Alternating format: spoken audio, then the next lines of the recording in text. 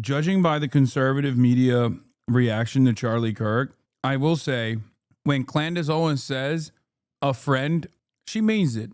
Out of every single person that I've seen react to Charlie Kirk's assassination, Candace Owens is the only person who actually showed their experiences together.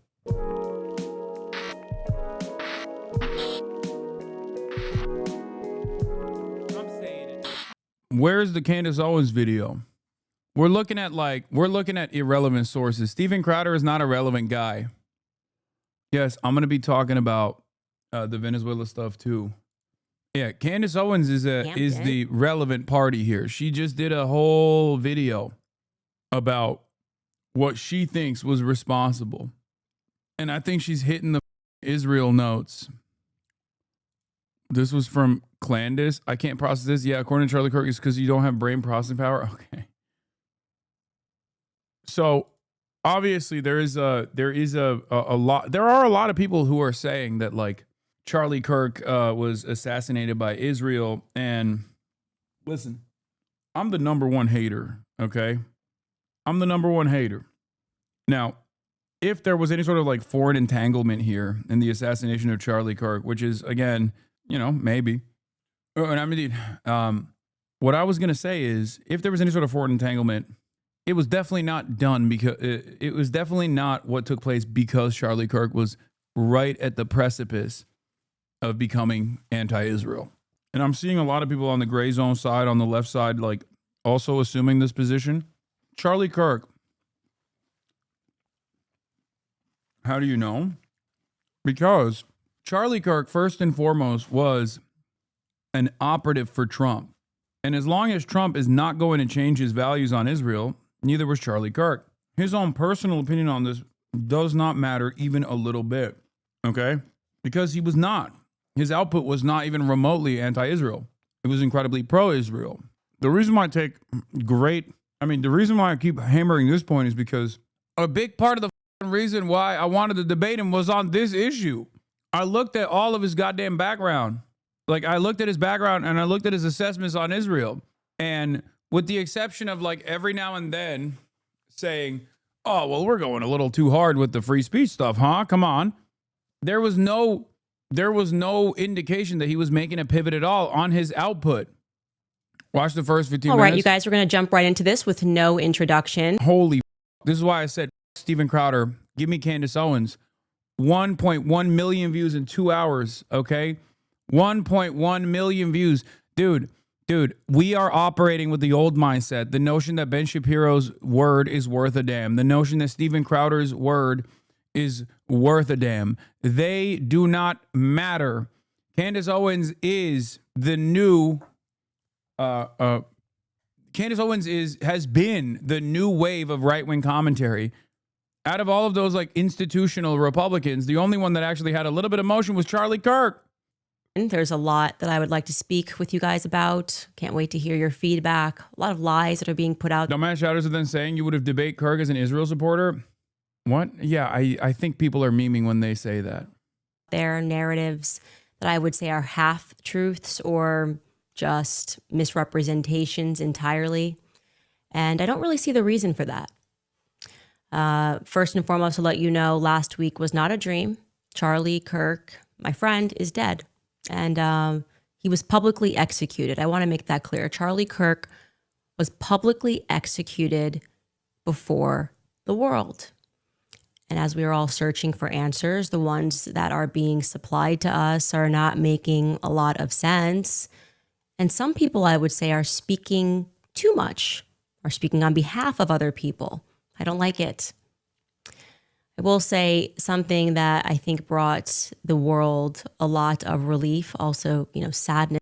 I mean, dude, judging by the conservative media reaction to Charlie Kirk, I will say when Candace Owens says a friend was assassinated, she means it. Out of every single person that I've seen react to Charlie Kirk's assassination, Candace Owens is the only person who actually showed their experiences together. As we were grieving with her was when his wife, Mrs. Erica Kirk, addressed not just the nation, but the entire world. Her words were very powerful. And we just have a very brief portion of her remarks, which you should pursue in their entirety. But here she is. If you thought that my husband's mission was powerful before, you have no idea. You have no idea what you just have unleashed across this entire country and this world. You have no idea.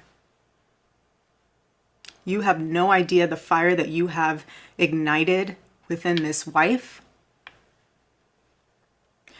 The cries of this widow will echo around the world like a battle cry.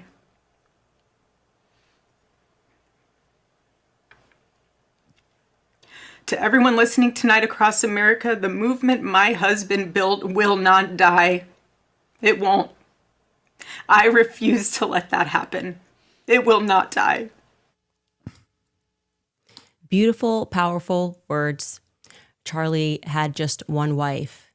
What we got to see across this weekend is that there were so many people around the world, like she said, who were deeply moved by Charlie Kirk throughout. One wife? The fuck? Did she mean one life, but accidentally said one wife? That's not like, she said one life? Okay.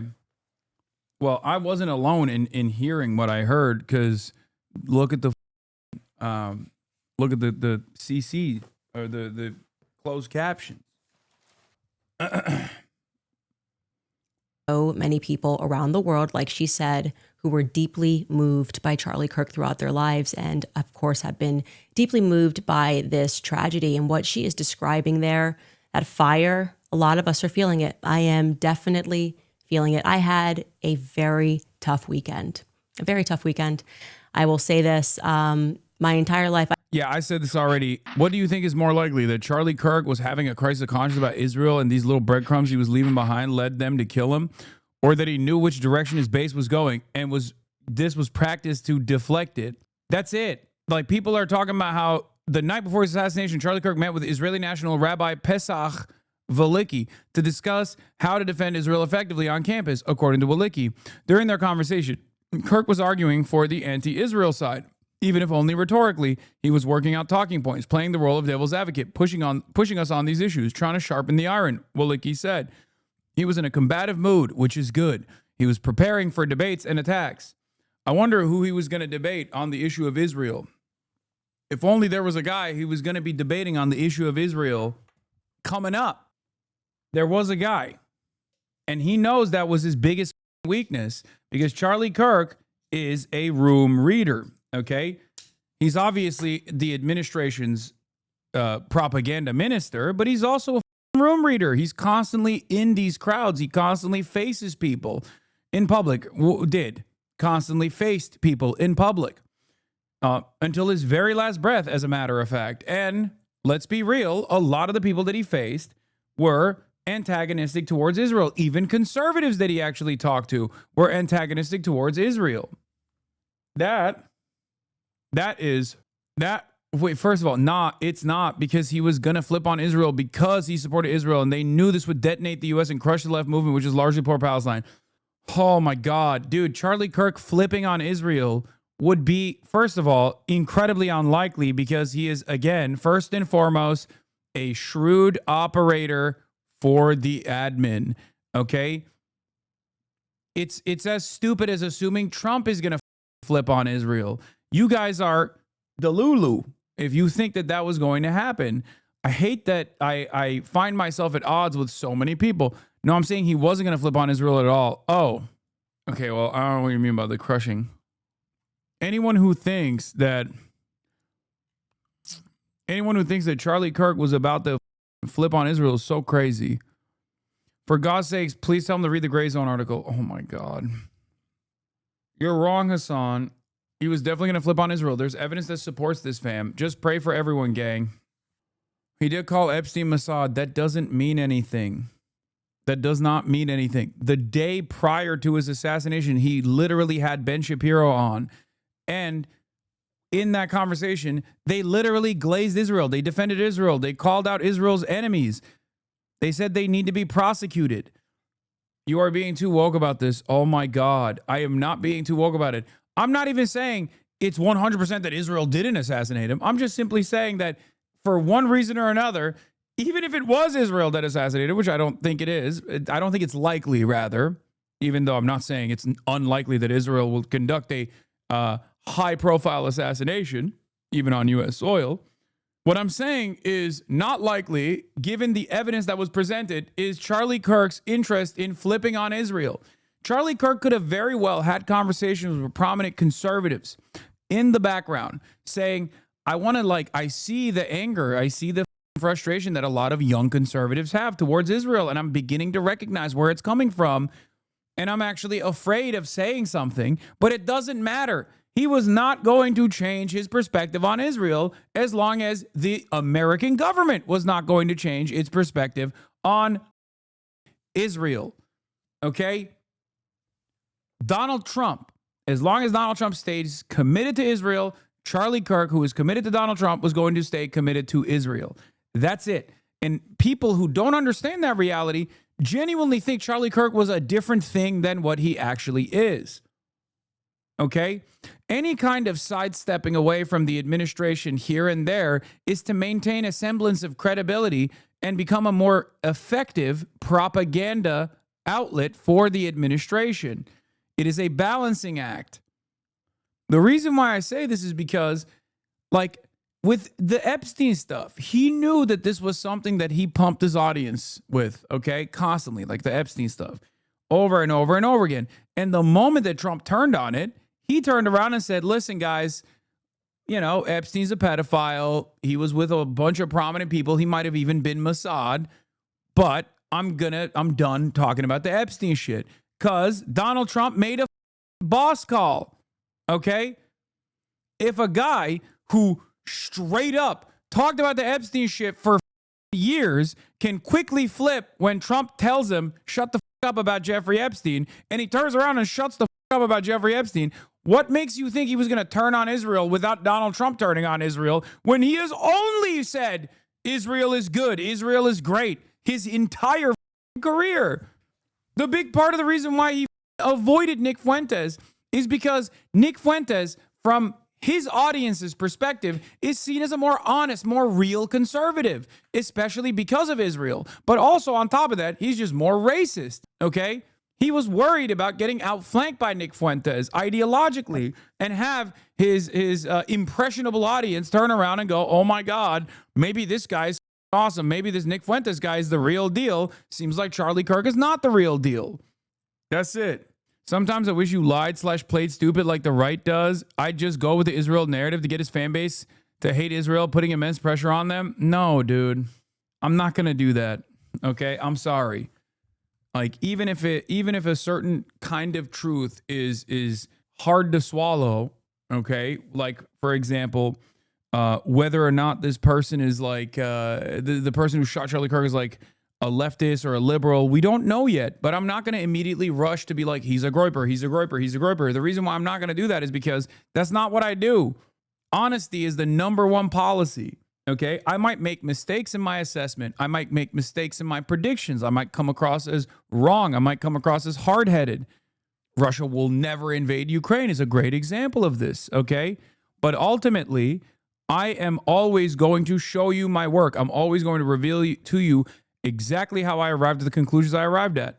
No matter what, you can disagree with me, and that's fine. I'd go so far as to say it's healthy, okay? But you know where I'm coming from. And I'm never going to shelter you from my honest perspective, okay? Always. I think that is an infinitely more honest way to approach the subject, to approach any sort of political commentary, as a matter of fact, because I'm a firm believer that... Wait, what? Hasan, you were wrong with this flawed argument. Charlie has always supported Israel, so therefore his death had nothing to do with Israel. When we have people like Tucker Carlson super close to Trump that did eventually turn against Israel. So what's your rebuttal to this? I don't know. Do you think Tucker Carlson had something happen to him that caused him to get ousted by Fox News, and therefore, in an effort to rebuild his career that was in tatters, caused him to pay close attention to the media landscape and the overall sentiment shifting dramatically against the state of Israel? So in an effort to develop his independent audience completely devoid of being a close and personal associate / propaganda minister for Donald Trump caused them to be very loudly and proudly anti-Israel far before anybody else, really. You think that has a reason? Also, Tucker Carlson hasn't been assassinated by the state of Israel, so what the up with that? He's actually anti-Israel. Can't you say the same for you, though? What? For me on what? What, you think I'm going to flip on Israel and do what? Be pro-Israel all of a sudden? Is that what you think? What you just said? I'm confused what you're talking about. Do you not remember what you just said? No, I do. I just don't understand what your statement is. He's talking about you being taken out for being anti-Israel? Oh, just like Tucker Carlson? Well, I'm not a prominent Republican figure, am I? And also, I think we know what Israel and people invested in defending Israel have been doing over the course of the past year. They haven't spent a lot of time on Tucker Carlson. They haven't spent a lot of time on Candace Owens. They haven't spent a lot of time on even Nick Fuentes. Even outlets that actually previously covered Nick Fuentes extensively have covered very little on Nick Fuentes. There is one person that they've actually put the crosshairs on. How many Jewish Insider articles do you need to read about Hasan Piker loves terrorism? How many Fox News articles do you need to read for you to arrive at the conclusion that there are ways in which Israel, through bot farms, through smear campaigns, will try to take out prominent critics of Israel without actually assassinating them, no matter how big or small or how prominent they might be. The reality of the matter is, I don't have a massive audience of right-wingers, but I also don't think that Israel's like out here yet assassinating people. At most, they're just trying to engage in character assassination of people.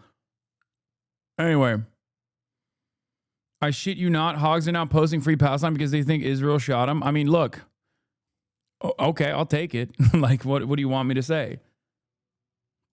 Anyway, let's continue. I've not been much of a crier. It is not my choice emotion. I'm not a person who bursts into tears, and some people are like that. This weekend, I didn't just cry. I wept.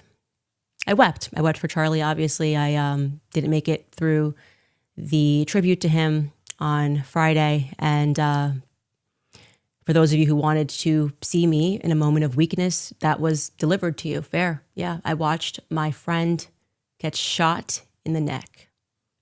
Yeah, that's what happened. I just want to say that he was publicly executed again before the world. The question is why? Do you have any evidence for saying that Israel has massive bot farms? I don't think throwing around baseless claims helps anyone.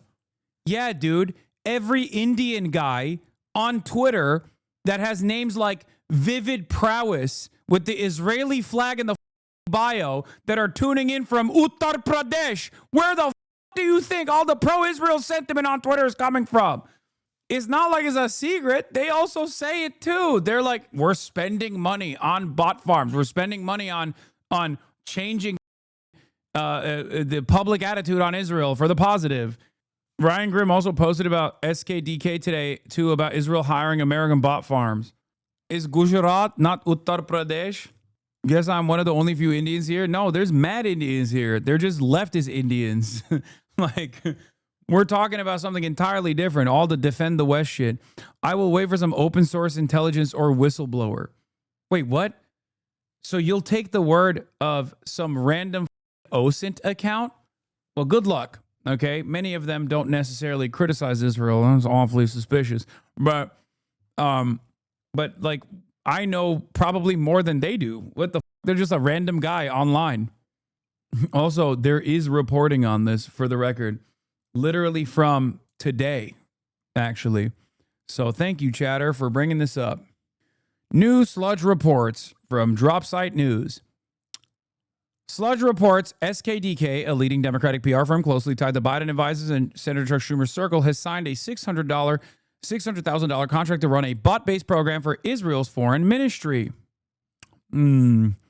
filed under the Foreign Agents Registration Act. The plan aims to flood the zone with pro-Israel content across TikTok, Instagram, YouTube, and more, likely using automation to boost reach. The deal also tasks SKDK with training Israeli spokespeople, testing influencer campaigns, and lobbying outlets like BBC, CNN, Fox, and Associated Press.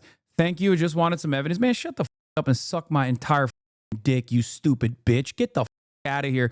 No, you didn't believe it, even though there was evidence even before this news outlet, even before this news hit. There was plenty of evidence that Israel is using bot farms. I've covered it before, as a matter of fact. But your bitch ass wanted to come in here and be like, don't you feel like you're trafficking in don't you feel like you're trafficking in misinformation?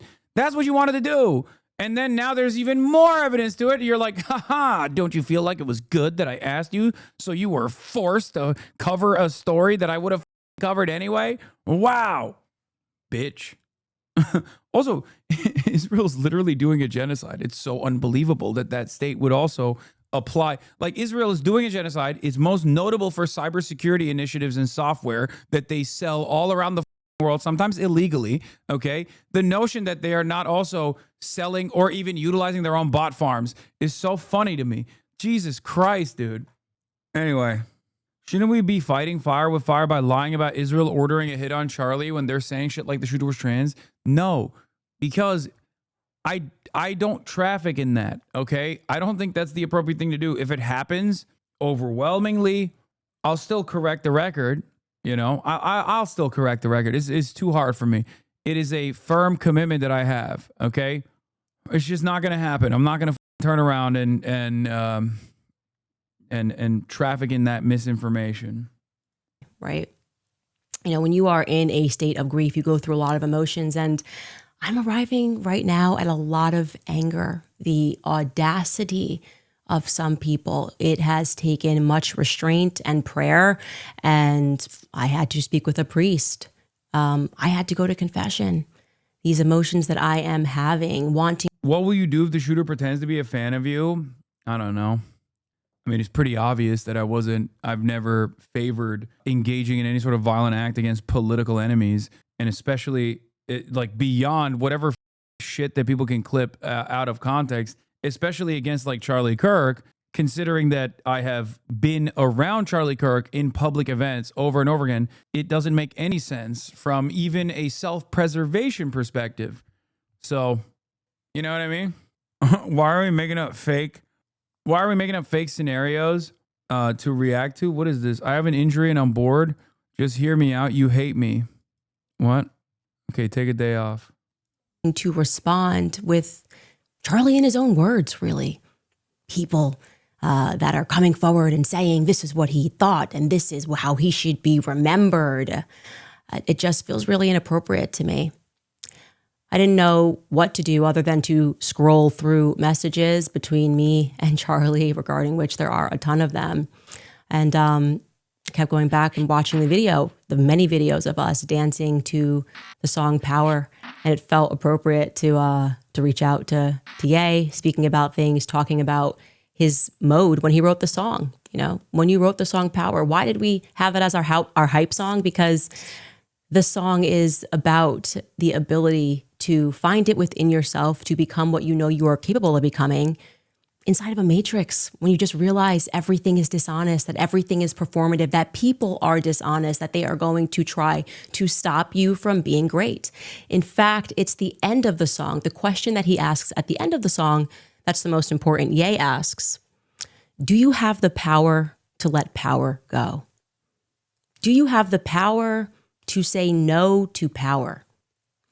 You know, I told you guys that Charlie was going through a spiritual transformation at the end, and all of the usual suspects were really angry that I hinted towards that. What do you mean? You're not allowed to say that. They were attacking me, trying to make me fearful, to speak out and speak about the things that I know. I'm not feeling very fearful right now. I am, like I said, very angry. And I found, Charlie's favorite portion of the song. I'll show you the text between him and I. Her mouth noises are worse than yours. Man, I don't even have any mouth noise. I have the best goddamn noise gate in the entire continent. Stop it. You guys, I'm so glad this isn't the major point here, but I'm so glad that you're hearing what no noise gate having content creators actually sound like, okay? Every smack that you hear from Candace Owens, I hope it smacks you right in the face. Snap you out of that reality, this false reality that you exist under where you think I don't have a good noise gate. You understand? Because this You're spoiled. is very relevant right now. This is, again, lyrics directly from the song Power, but I just needed time alone with my own thoughts, got treasures in my mind, but couldn't open up my own vault. My childlike creativity, purity, and honesty is honestly being crowded by these grown thoughts. Reality is catching up with me, taking my inner child. What the f? They would send lyrics to one another? Bro, they would send Kanye West lyrics. What is happening, bro? Fighting for custody with these responsibilities that they entrusted me. And that's a moment where he is really speaking about how hard it is. Like when you're saying, no, this is what I believe. And they say, you're not allowed to believe that. You feel like you are fighting for custody of yourself. And I want to be very clear that I believe, in fact, I know that towards the end, Charlie was fighting for custody of himself. I want to say that. I want to say that plainly. And there are lies that are being told and they need to be slapped down right now. There's one person who's been out there acting like he is a widow, you know, just saying the absolute most, tweeting first about what happened to Charlie, following it minute to minute, you know, and doing hits in a foreign country, right? Like making time to do hits on Fox News, 2 of them. Bibi Netanyahu who's fighting, I think, like an 84 front war with everyone, made a lot of time for Charlie. You fallen off. Charlie had more game than you. Erica, Candace, and Dean all in one. Okay, dude, that's crazy. That's crazy. You're okay. Dial it back, everybody. Come on now. Kirk, you would have thought they were the best of friends, as close as him and Trump were. But I will say I don't recall Erica mentioning Bibi Netanyahu in her speech. The way he's presenting it is like he was I mean, this is just the worst loss for him, but I don't think that that is the truth. In fact, I know for a fact that he is misrepresenting some things that happened there towards the end. So let's at first listen to what Bibi Netanyahu, just one day, less than 24 hours after Charlie died, what Bibi Netanyahu had to say on Fox News. Take a listen. We're just heartbroken. Myself, my wife, my family, my son, actually, on his 2019 visit to Israel, had lunch with him and his wife, Erica. We're shattered first as human beings because a great human being has been taken from us. Was an extraordinary friend. He said, he wrote me a letter on May 2nd this year. He said, one of my greatest joys as a Christian is advocating for Israel and forming alliances to defend Judeo-Christian civilization. A few weeks before the tragedy yesterday, I called him and I spoke to him and I said, please come to Israel. I invited him to Israel. And sadly, that visit will not take place. But he was a defense. I will be honest. Look, I told you what I told you already. I don't think Charlie Kirk was like ever going to turn on Israel or anything like that, regardless of what his close friends are saying after he passed away. Okay, after he got assassinated. But Benjamin Netanyahu's been so weird about everything. Like from being the first to market. We saw it in real time. He was the first person. He tweeted praying for Charlie Kirk at Charlie Kirk 1 before Trump did. Go back and review the VOD because we were first to market.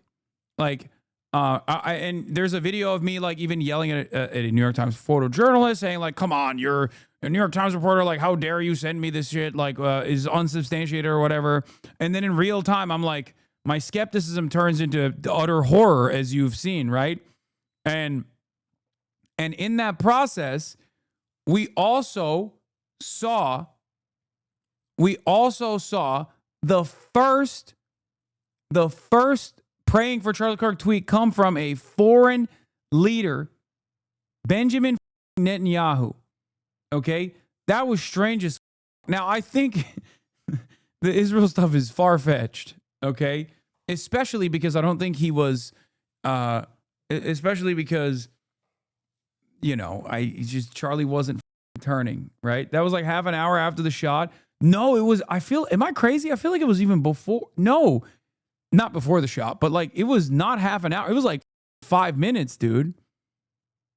It was like, because I can tell you, with the exception of people that were there at the event, this community was able to figure out that Charlie Kirk had been shot before anywhere else, because we immediately went and scoured the internet and found people who were filming at the event. It's all on the VOD. Every single thing unfolded on the VOD. You are going through the first stages of the noticing, my friend. Shut the up, you little neo-Nazi bitch. The idea that this is you're noticing, dude. Yeah, everything is the Jews, bro. I know. Everything is the Jews. Everything, including all of the Christian Zionists. They're also the Jews. Or maybe it's a fascist government, and ours is also a fascist government, and they're aligned both ideologically and have material reason for letting Israel dominate the entire goddamn region. Okay. Holy shit. Oh, bro, you got it? You get it now. Oh, my Lord. I'm being sarcastic. I'm making fun of you. Jews are not like a monolithic force, okay? They're not like magical, mystical beings, dumb. They're not. This is bad analysis, okay? Aside from it being hateful, bigoted, whatever, I know you don't give a shit about that. You have to understand, it's just dumb analysis, okay? It's just stupid. In the most logical, cold, and calculated terms, it's a stupid proposition to make. This portrays the notion of a metric ton of Jews that have engaged in revolutionary acts throughout history. But of course, you probably don't like that because you're most likely a fascist anyway. So you think, socialism is Jewish Bolshevism, for example. I said, don't say she got a point. You summoned them. I didn't even say Candace Owens got a point. I'm just simply stating that Benjamin Netanyahu tweeting out prayers up for Charlie Kirk basically 5 to 10 minutes after Charlie Kirk got shot in the neck, before no major media outlet was aware of this incident unfolding, okay? Like, not directly after. I'm saying like 39 minutes, but still crazy. Okay, he tweeted 39 minutes after the actual shooting. We found out that the shooting was taking place like probably 20 minutes after the shooting had taken place, okay? I would love to go through like a forensic architecture style analysis on this, because I want to know what the exact like timeline looks like, because like the actual time when Charlie Kirk got shot, and then like when people started reporting on it, right? But it's still nutty that Benjamin Netanyahu, a war criminal, a genocidaire, who is on the other side of the planet conducting a unlimited ethnic cleansing campaign, whatever time it is in Israel at that point, is like up late night posting about prayers up for Charlie Kirk. Anyway, you have people in here saying within a few minutes of the shooting. No, sorry. It was within a few minutes after people started finding out that a shooting had taken place.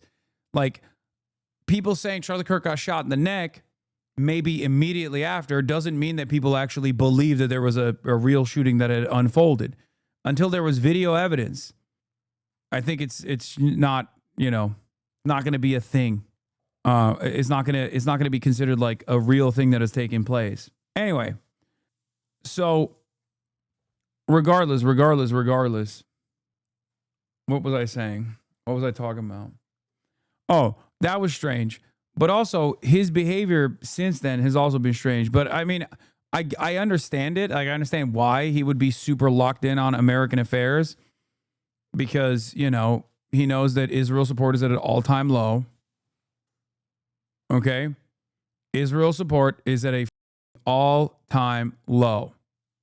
And obviously he has to pay close attention to American affairs and try to garner as much support as they possibly can. Okay? But even then, it's like odd. He was like, oh, it must be the Muslims that did it. Okay. Of our common Judeo-Christian civilization, he was unbelievably excited to walk in the footsteps of Jesus here. He valued our bond, the bond between America and Israel. He did so many things to defend free speech. He had his truth. He stood up for it. But he said, you can come and debate me. He invited that debate. He certainly didn't invite the violence, the horrible violence that tried to silence him. And, you know, this is a worldwide problem. The people on the extremes, the Islamists, Ryan Grimm said praying for Charlie at like 19 minutes after shooting for your information. What did he know? What did Ryan Grimm know? radical Islamists and their union with the ultra-progressives, they often speak about human rights. They speak about free speech, but they use violence. Dude, there's something so fucking... This is the maximalist position, by the way, of like people chirping about political violence. You're Benjamin Netanyahu. You're doing a genocide. Okay? Do you guys understand? A person that is currently conducting a genocide is talking about the fears of being silenced due to political violence. Like, dude, what are you saying? You are the most violent person. You have literally suppressed the truth by directly shutting off the electricity and attacking the telecommunications infrastructure of Gaza by killing every journalist in Gaza. The do you mean? Oh, you're worried about saying the truth because of violence. The Israeli conspiracy narrative feels like a rehabilitation of Charlie Kirk into something he's not. He was never pro-Palestine. He was never going to be pro-Palestine. It's weird and also just wrong. I 100% agree with you. I agree with you. I do. That's what I said initially. I did a whole video on it. But like, it basically shows us the understanding of like violence.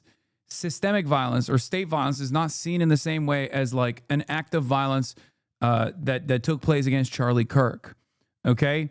Do you understand? That's why he can go on Fox News and be like, oh, I'm so scared of the violence that silences dissent. It's ridiculous. Violence to try to take down their enemies, whether it's President Trump, who's been almost assassinated twice, or, they try to kill me here too.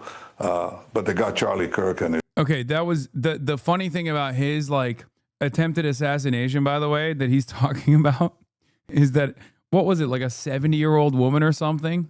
I calculated the shot happened at the 41-minute mark during your stream while you were watching a video about Zoran. Ah, yes, you and that chatter know more about Charlie Kirk's Israel support than Candace Owens, someone he was friends with to the point they shared music lyrics to one another. I guess you know more than her about Charlie shaking my head. No, I'm not saying that at all. I mean, I do know more about Charlie Kirk's like values and his public persona than the average person does. Okay, but what I was trying to explain is, even if Charlie Kirk literally was telling Candace Owens like, I'm scared about Israel, the notion that he was going to pivot to an anti-Israel position is insane. And the reason why it's insane is because Trump is not pivoting away from Israel. Until Trump pivots away from Israel, Charlie Kirk is not pivoting from Israel, because Charlie Kirk is not pivoting from Trump. It's that simple. It's just heartbreaking. Who is they, BP? Who is they who got Charlie Kirk? We don't have to actually speak conspiracies. I'm just wondering, because you said a lot there, but it really sounded like it was about Bibi trying to establish a narrative that we saw reinforced by a lot of people, that, Charlie kind of made it almost sound like he died for Israel. I mean, Trump's account even tweeted out a photo of Charlie and an American flag and also an Israeli flag, a bit of AI used, like this is just who Charlie was. He says Judeo-Christian values. He spoke to him 2 weeks ago. Again, you would think he was busy fighting this 97,000 front war, but no, he's letting you know that he just randomly picks up the phone and calls Charlie Kirk and invites him to Israel? Why would Bibi do that? It seems like maybe there's a little more to the story. No, there definitely is a little bit more to the story. First and foremost, that letter he is holding up, he is severely misrepresenting. Those sentences are real. I will say, I guess it's like a weird turn in the positive that, like, in the aftermath of your death, people fantasize that you actually were any moment now going to turn on Israel in an effort to feel better about supporting you, which means that, like, the environment has changed so dramatically that even conservatives are like, no, you don't understand. Any moment now, Charlie's going to turn on Israel. Like, I promise, bro. It was going to happen. The right is dropping Judeo. Yeah, I mean, it's I said that before. The right added on Judeo to the America was born on Christian values.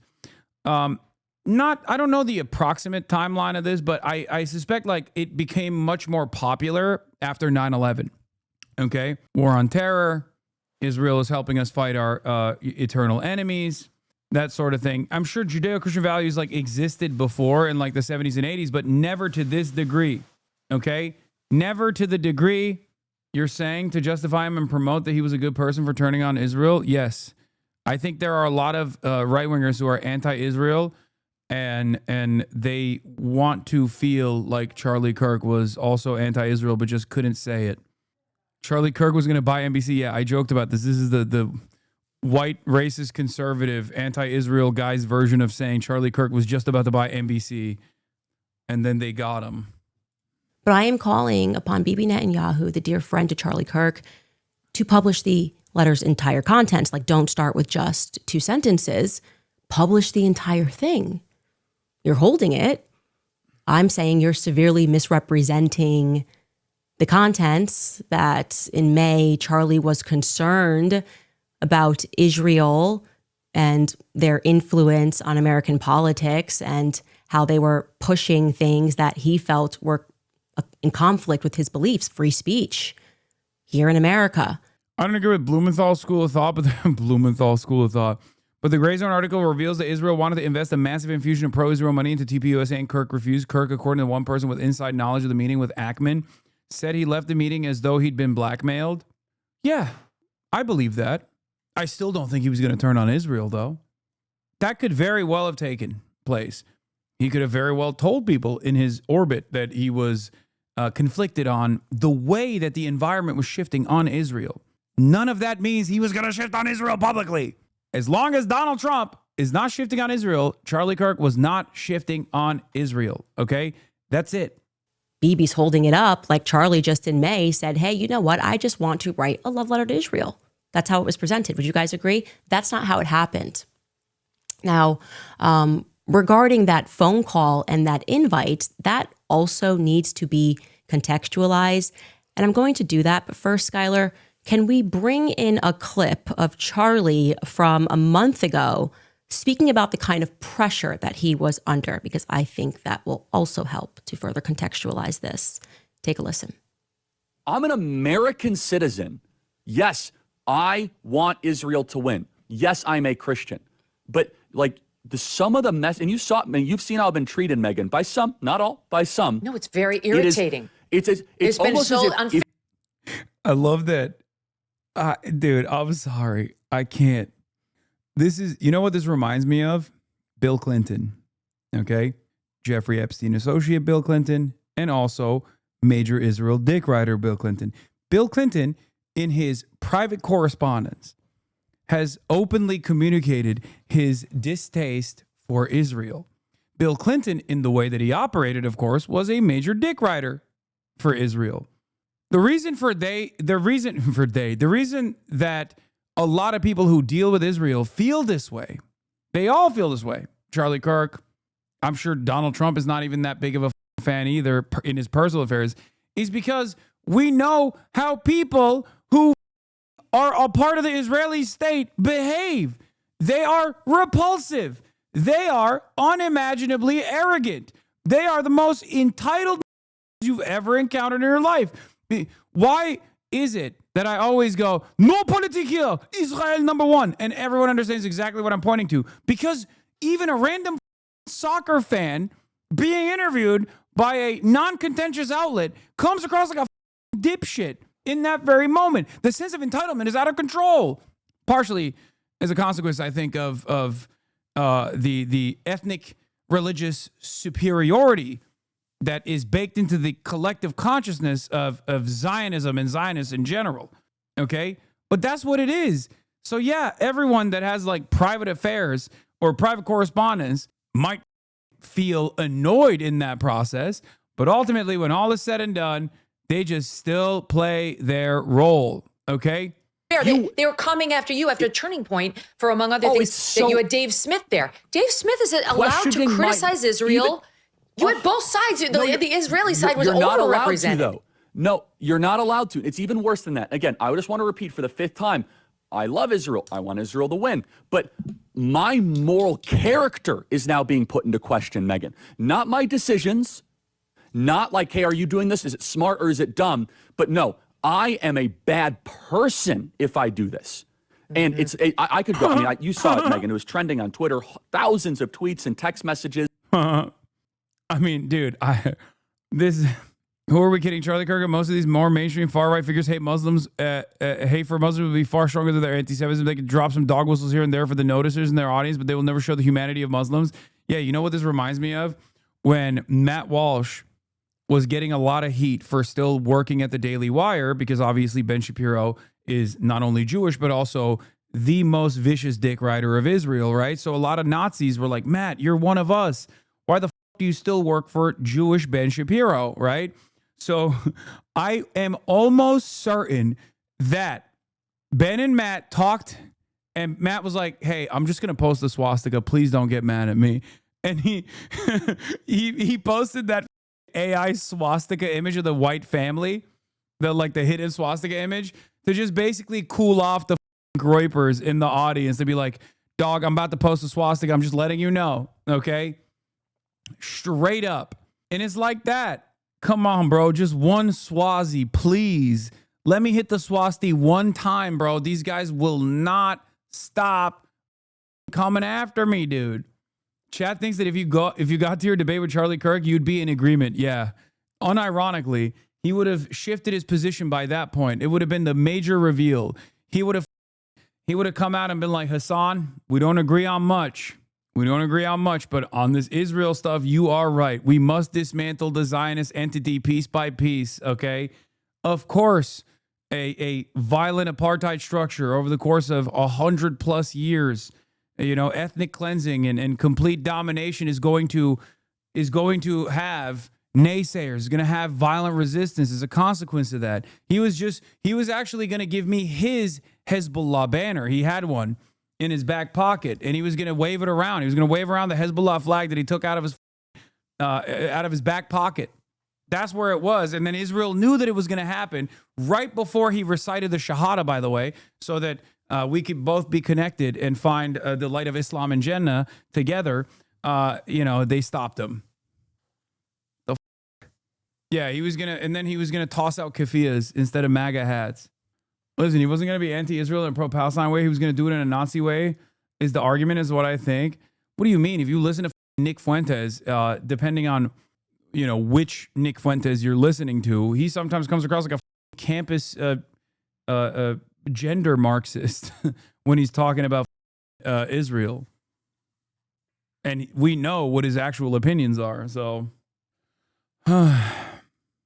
And if I were to be charitable and generous, I will say the people that are attacking me are in a hyper paranoid state because they're at war, and war tends to make things black and white, and you're a hammer looking for a nail. So I'm trying to be charitable, Megan. Literally, I'm trying to cut as much slack as I can, right?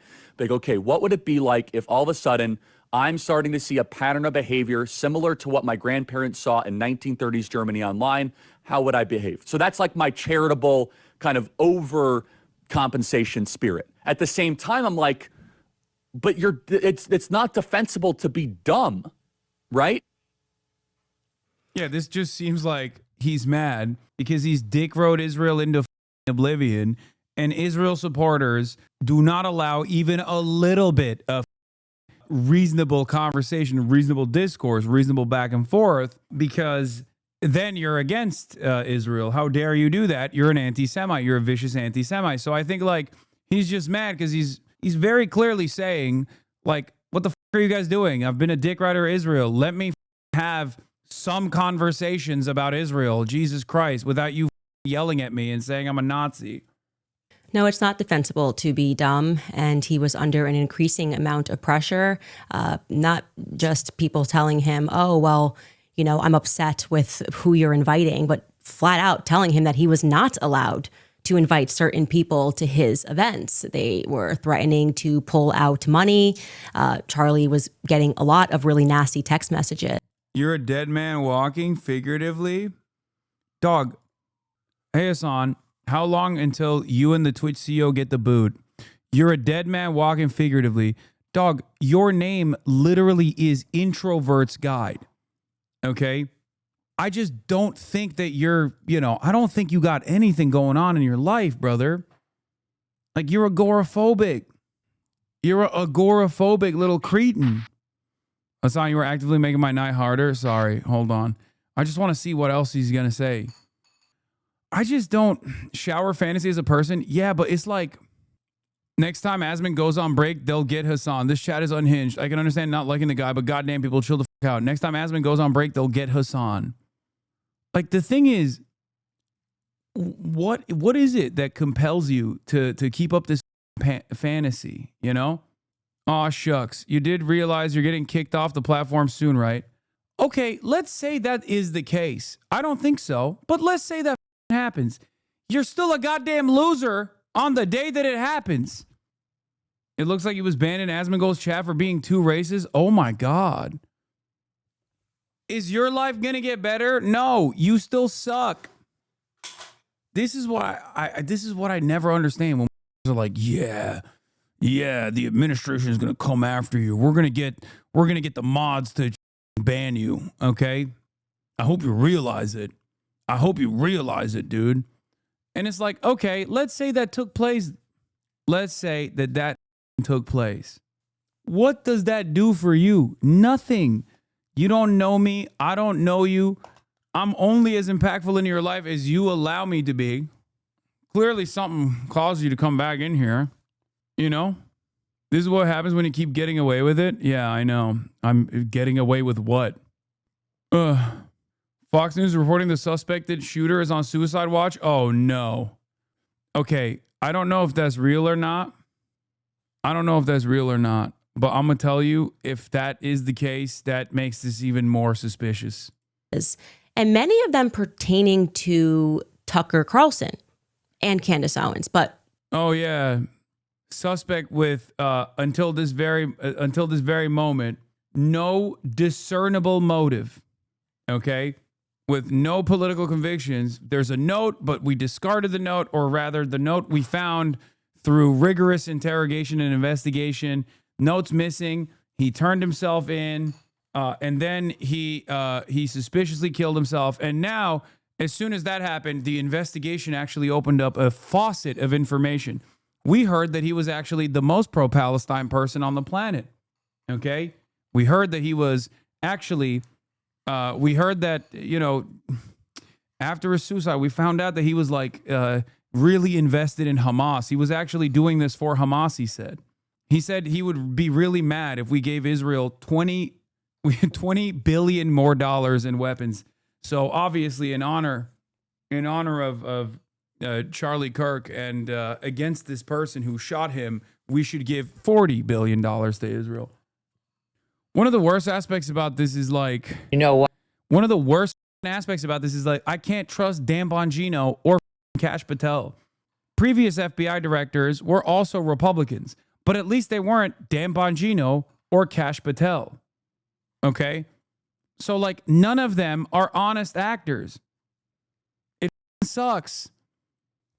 You can only imagine being as pro-Palestine as Charlie.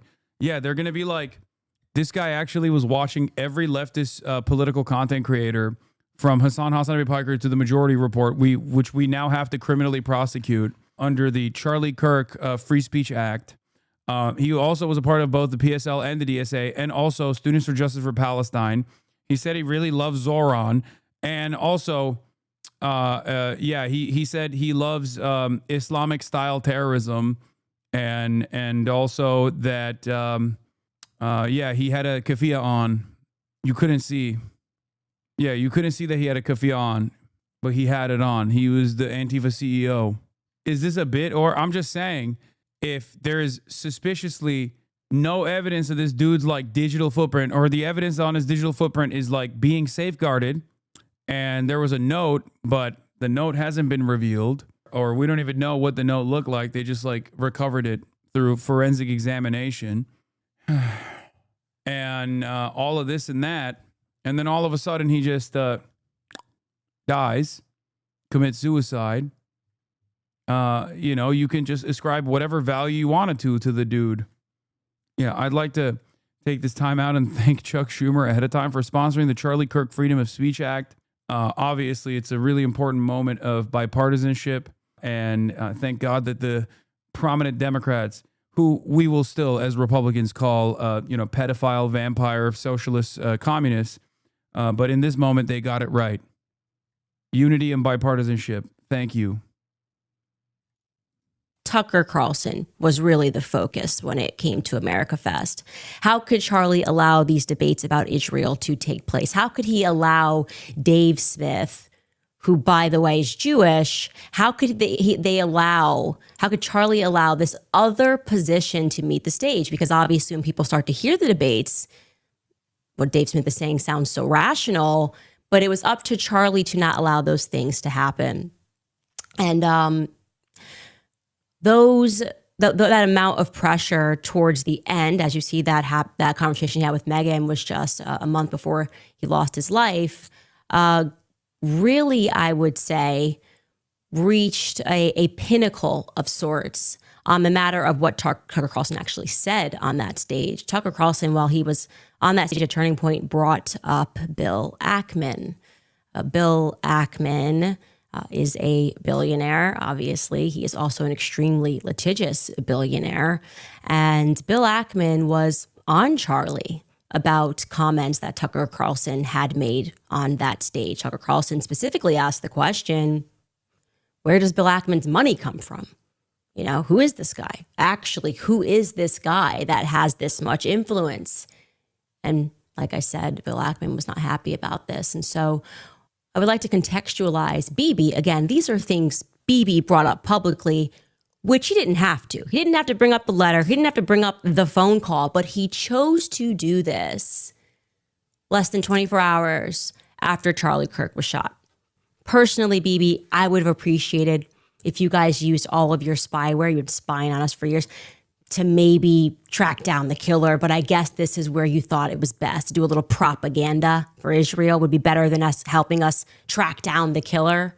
But anyway, so Bibi Netanyahu in that phone call, what took place was a couple of weeks ago before Charlie lost his life. Charlie was in the Hamptons and he had more than one event, but he had essentially what was staged, an intervention was staged by Bill Ackman, because Charlie's rational thoughts about Israel were a no-no. This is not the route that you should be going on. And Charlie was surrounded by his friends, his quote-unquote friends. Bill Ackman was very upset, and threats were made.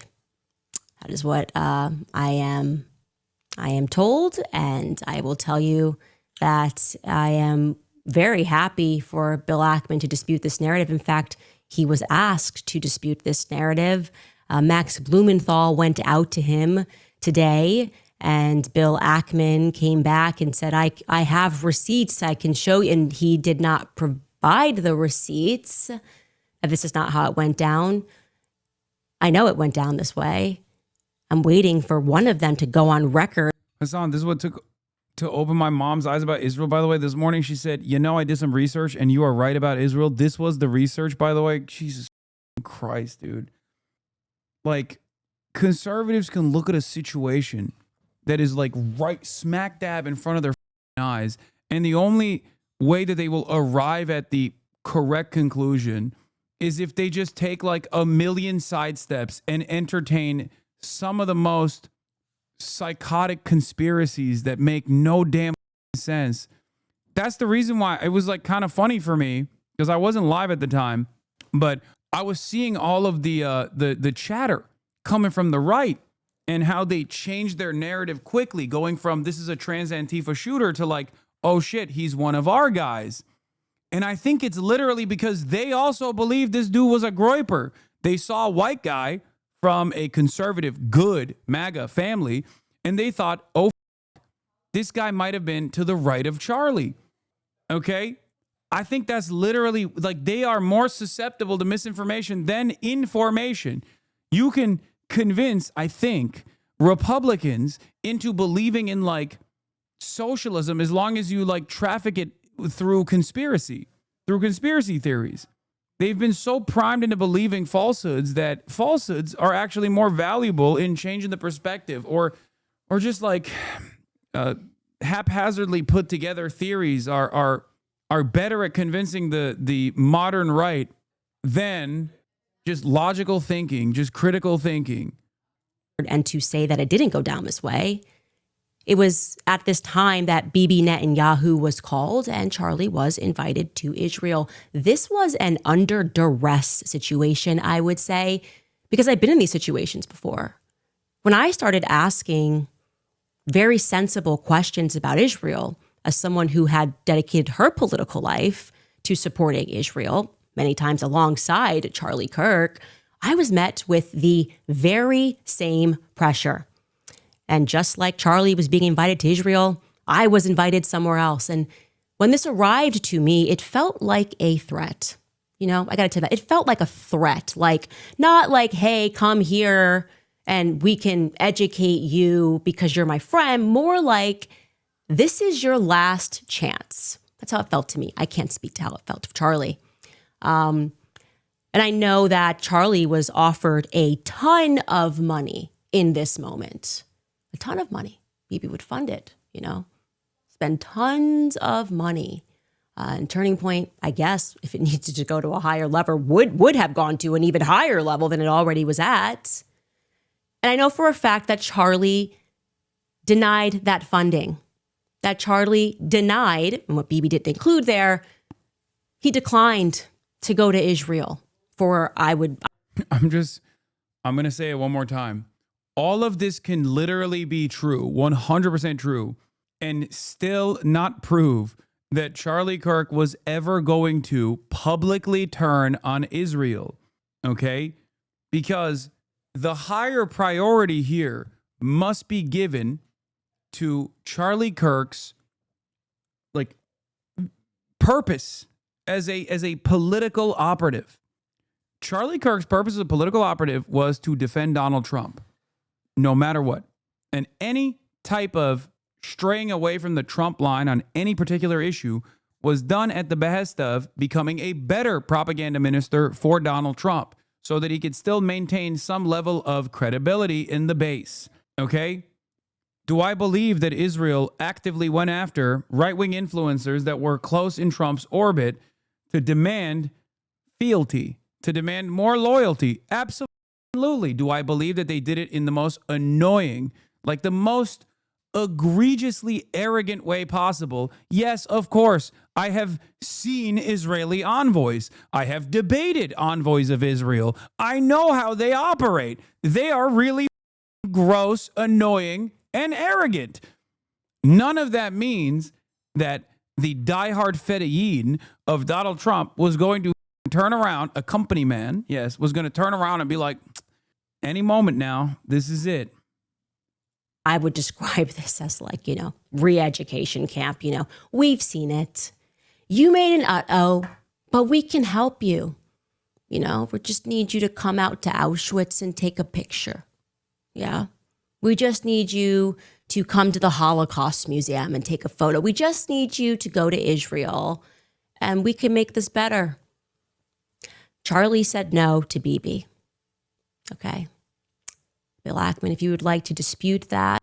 Yeah, here. This is Mortaza Hussein's take. Apparently, a lot of conservative influencer backlash to Israel is based on the fact that if you work for an organization that has pro-Israel donors, they demand total message discipline and conformity on the subject and will immediately fire you and take everything away if you deviate even partly from the script. Many conservative organizations are funded by such donors, and this uncompromising ideological environment, especially at a time when the Israeli conduct is becoming extremely shocking, is becoming unbearable. Israel has always had a strain of if you're not with us, you're against us, based on harsh historical experience. But right now it's reached a fever pitch where anything short of total symbolic submission is taken as a hostile act. Why are you doing this? Why am I doing what? Dude, I'm going through perhaps the most noteworthy conspiracy that pertains to the major story of this week. The high-profile, very public assassination of a Trump advisor, an important figure in the conservative movement, a shrewd conservative operator, Charlie Kirk. This is Charlie Kirk's friend and in the past co-host. Okay? This got, in 3 hours, 1.5 million views. This is the narrative in many conservative circles. The notion that Israel is somehow responsible for Charlie Kirk's assassination. In the process of discovery, we are also talking about a million different ways in which, like, the pro-Israel groups operate, okay? And how Israel as a nation state operates in its sophisticated propaganda network. I would love to hear what you say happened, because our sources and what we have, it's solid. Okay, there were conversations that took place, messages that were sent at that time, and they are solid. So I decided another person that was there, and I am not surprised this person was there. If you've been listening to my show, Seth Dillon, I was going to go out to Seth Dillon, and I decided to message him last night about this Hamptons meeting. And Seth Dillon, who is normally very quick with a response, has not yet been able to respond. I'll show you this text message chain. And I want to be clear, I am not someone who normally publicizes text messages. But my friend was shot in the neck. And I'm just not really in the state right now to be polite when it comes to the answers that I am demanding, okay? This is me out to Seth Dillon last night. I sent him Bill Ackman's tweet because, he tweeted, "I feel incredibly privileged to have spent a day and shared a meal with Charlie Kirk this summer. He was a giant of a man." I said, "Any comment on this one, Seth?" He didn't answer last night. This morning I said, "Need a comment ASAP, please." He didn't answer. Then I followed that up and I said, "Trying again here, you were present when Ackman lost his mind on Charlie and when Bibi invited him to Israel and Charlie refused." Text messages immediately following this meeting are circulating. I find Ackman's statement, as though the meeting was somehow cordial, to be incredibly disturbing. Are you at all disturbed by that tweet? Do you feel, as I do, that this tweet significantly betrays the defined purpose and mood of his, and I presume your, final meeting with Charlie Kirk, ? He was unable to speak to me, but he did place some frantic calls to Turning Point USA. Yeah. You see, I went out to Seth, but I also went out to two other people who were at this meeting, and nobody is willing to go on record. They're all messaging each other, trying to figure out a coordinated response to say that, no, this was all quite cordial, but no one wants to go on record and describe it as cordial because they know someone's leaking, because someone's got a guilty conscience about what happened at the Hamptons. So I will again put it out there, Seth, Bill Ackman, and to the other individuals who I have not yet named, but who are going to be named later this week, who were at the Hamptons when Charlie was put under pressure. When Bibi Netanyahu called him and invited him to Israel, again, in a move that when it happened to me, and it wasn't by Bibi Netanyahu, felt to me like a laced threat. I am inviting you guys, I will give you my platform, actually, to come clear matters up, to tell us what really happened. Because, I think Charlie was definitely on the brink of changing some of his perspectives. And I can tell you factually, Charlie was praying the rosary. Charlie was going to mass. One of my last conversations with Charlie was me joking with him saying, just make the last step, okay? You are, I said specifically, you're too smart to be a product. You were right. They actually tried it. This is 100% fake news. The top image does not show Tyler Robinson wearing a Palestinian keffiyeh. The image was actually posted in 2019 showing a reserved officer training course at Utah Valley University. In 2019, Tyler Robinson was 16 years old. Breaking. A photo that is allegedly of Charlie Kirk's assassin wearing a Palestinian keffiyeh has surfaced.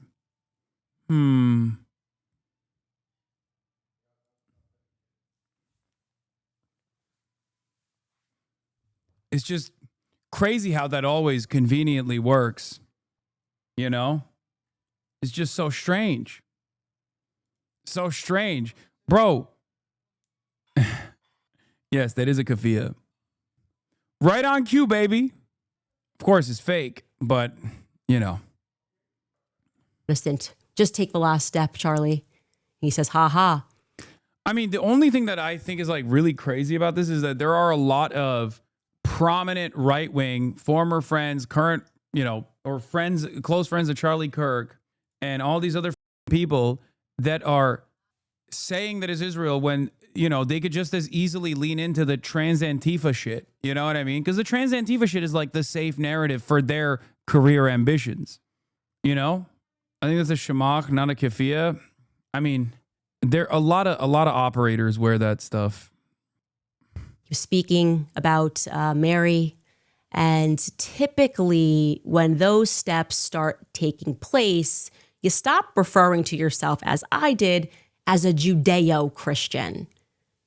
Again, it is mystifying why, Bibi is out there doing the absolute most to make sure that Charlie was basically remembered as, I would argue, like a Jew, has not been yet mentioned. I didn't hear that. Erica was very clear that Charlie was a Christian, and I believe Charlie obviously was very much a Christian, and that things are not being told truthfully. In fact, I will also call upon, since we're having fun, Turning Point USA to release the audio of what Charlie Kirk, because I was in communication with Charlie at this time, because I knew exactly which donors were pressuring him and why, exactly which people that they were insisting Charlie allowed to speak at his event and why, when Charlie did not necessarily want those people to speak at his event, okay? I'm calling upon Turning Point to release the footage of what Charlie said to Tucker Carlson before he hit the stage, before, all of that craziness and the response to Tucker Carlson's remarks played out. Charlie was mic'd. Surely Tucker Carlson was mic'd. I know Charlie's mic'd the entire time at those events. So I'm asking for everyone to just release Charlie in his own words. I feel like that's pretty fair, right? Let's stop saying how Charlie felt. And instead, if you're going to hold up the letter, release it in its entirety. Okay? Why don't you release your messages, Bill? I'll release mine. Let's all just be very forthcoming about what took place. In fact, I'm calling upon Tucker Carlson to speak about that. I know what Charlie said to him, and I'm sure Tucker Carlson won't lie about it. What did Charlie say to you? Dave Smith, what did Charlie say to you? What was Charlie? Did he seem like he was treading in the direction? Like, do we feel like what Bibi is saying is honest, a representation of what Charlie was going through?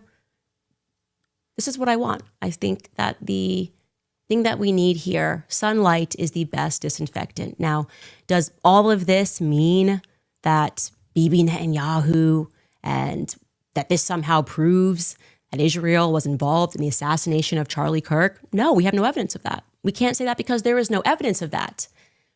But I don't like little lies. That's what I will say. Something that I always say in my household is, when there is one lie, there's 20. There's no reason to lie. Bibi could have gone on Fox News and he could have told the truth. he could have said truthfully that Charlie Kirk has always loved Israel. He has always loved Israel as the Holy Land. He's been here many times. He did say that. And throughout his career, he has been a faithful supporter of Israel. He did say that. That's not what he said. He said that, though. Okay. He talks about the phone call and didn't give it the proper context. I don't know about this extra phone call, but he did say that, because it is true. He held up the letter and didn't give it the proper context. And lies by severe omission, I'd like to be... Yeah, I mean, look, I'm not going to fire off like this, but this is an understandable suspicion to have. If there was even one iota of a post by Tyler Robinson saying anything with even a remotely left ideology, it'd be plastered all over the news, you say. I'm just genuinely surprised as to why they haven't gone to market with that, because I would suspect there to be something that they could even present as like leftist beyond the bullet casings, right?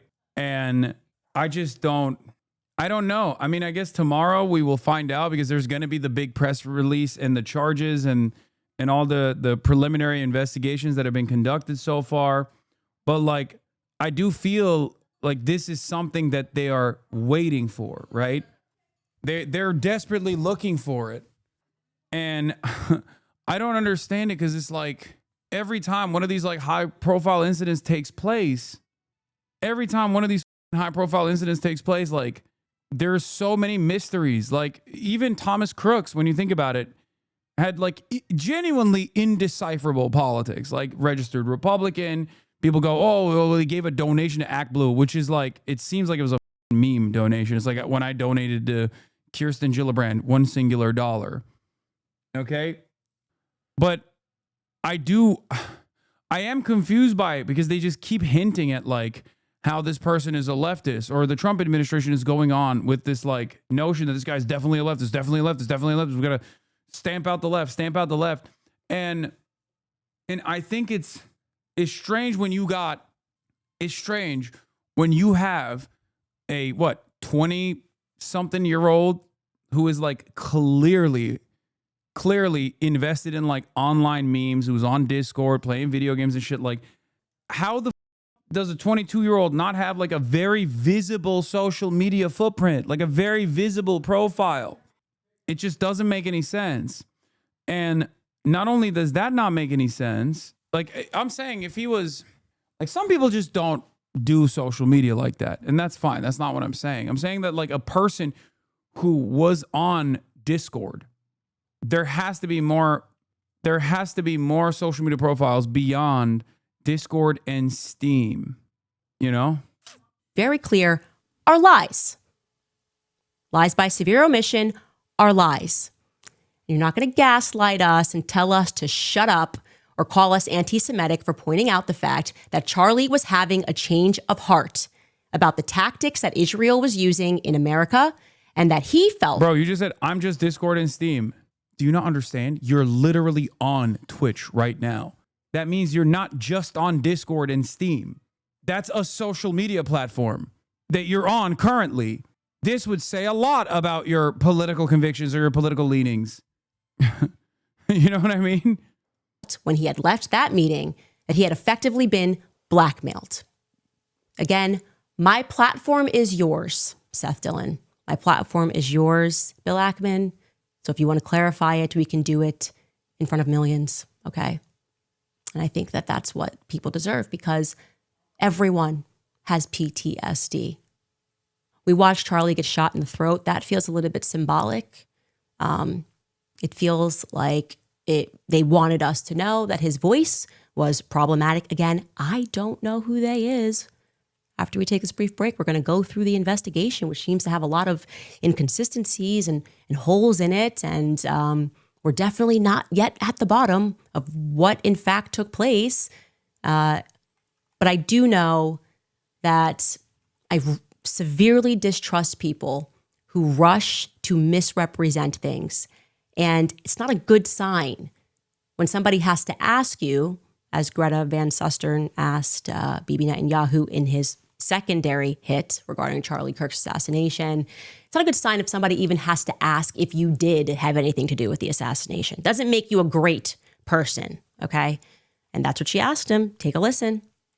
Before I let you go, I want you to address one thing, it's just the absurdity of it. Some of the internet rumors that somehow Israel is behind the Charlie Kirk murder, and I don't believe it for 1 second, but I want you to make a statement. It's so absurd. That's insane. That's insane. Israel also changes the orbit of the moon. Israel pushes the sun. I mean, the whole thing it's not only insane. I think it's so absurd, so stupid, and so ridiculous. You can't believe that people are saying this. They just found the perpetrator. They'll get to the bottom of this. But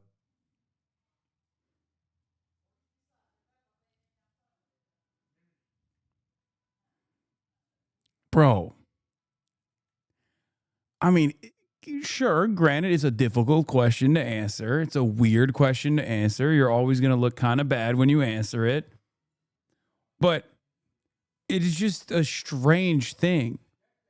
Did that change your mind? No, I saw this already. I saw this. I tweeted about it. I said that was a weird question and a weird way to answer that question. That was just a weird thing to say. That's why I was like, I think that Israel killed him narratives are far-fetched, especially because I don't think that Charlie Kirk was going to publicly turn on Israel. I will, however, reiterate the point that Israel has behaved in a truly weird way throughout this entire process. I don't know if it's because they're just incapable. I'm incapable of seeing Benjamin Netanyahu as anything but a suspicious person, just a bad person overall. I'm just so conditioned into assuming whatever he says is the exact opposite of reality from the many years that I have listened to Benjamin Netanyahu just lie over and over again with no repercussions whatsoever. He's just very odd. He's just a very odd guy. They go, they have no limits. When you hate Jews, when you hate the Jewish state, you're willing to say anything and promote all these absurd rumors. And by the way, they're willing to kill us all the time. I mean, that's what they're doing. And over the centuries, when Jews, especially in the Middle Ages, the horrific Middle Ages, the worst things were said about Jews you couldn't possibly believe. We were poisoning the wells. We were drinking the blood of Christian children. You name it. I mean, these things, that continued actually up to the Holocaust. The Nazis said the same thing. We're carrying vermin, we're spreading disease, and people believed it. And every time they believed it, this was a prelude to a greater.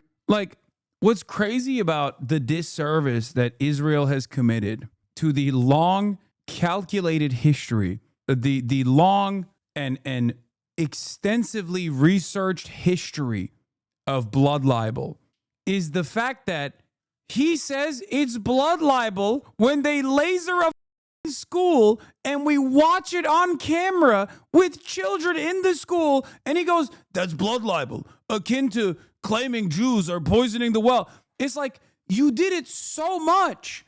No, that's not blood libel. And that causes people to go, maybe the blood libel isn't fake either when you do that to a very real thing. This is what I mean about betraying a sense of normalcy, an expectation that a country's leader is going to be honest to a certain degree, at least to maintain some semblance of credibility. Okay, this is an instance where you hit the blood libel thing, but the most common blood libel defense, is when I see Israel do something with my own two eyes, and then Israel turns around and says this is blood libel. And greater massacre, culminating with the worst massacre of them all, the Holocaust. Well, he's mentioned the Holocaust. Guess we can't prod the narrative any further, guys. Holocaust. So everybody's just stopped talking about anything. Hey, he's the victim. It's absurd. Bro, Bill Smokes Crackman loves smoking crack, allegedly. Okay, I don't know if he actually does, but he just writes so long on Twitter as though he's smoking crack. He's very litigious. What the is this, bro? Why does he write so much like this? Nobody wants to give him an outlet to let it out? just absurd. The Holocaust happened. You heard him. We're sick of this shit. We really are. And there will be no narrative that I will not prod when it comes to figuring out why people are lying about the state that Charlie was in when it came to the topic of Israel. Again, you can examine Charlie in his own words. He was starting to talk about topics that you're not really allowed to talk about when you take money and big checks are being written. Yeah, the only like verifiable real thing that Candace Owens is pointing to, which is still sandwiched between like a bunch of suspicions, a bunch of speculation, some of it baseless, some of it directly because Benjamin Netanyahu is a horrible actor, is the notion that like you get money from Israel, you have to dick ride Israel into oblivion and they will come and collect if you don't. I believe that 100%. I 100% believe that, because not only do I believe that because like Israel does have a very sophisticated network of operatives that are constantly saying some of the most unhinged shit, but like I see the arrogance Israeli propaganda administrators and how relentless they are, how arrogant and entitled they are when they're supposed to show their best face to the West. None of which still means that, you know, they clapped them, for the record. Do you understand? Like, that's not enough evidence. That is not enough evidence that, to me at least, that like Israel would kill Charlie Kirk because they were so scared that he was going to turn on Israel publicly.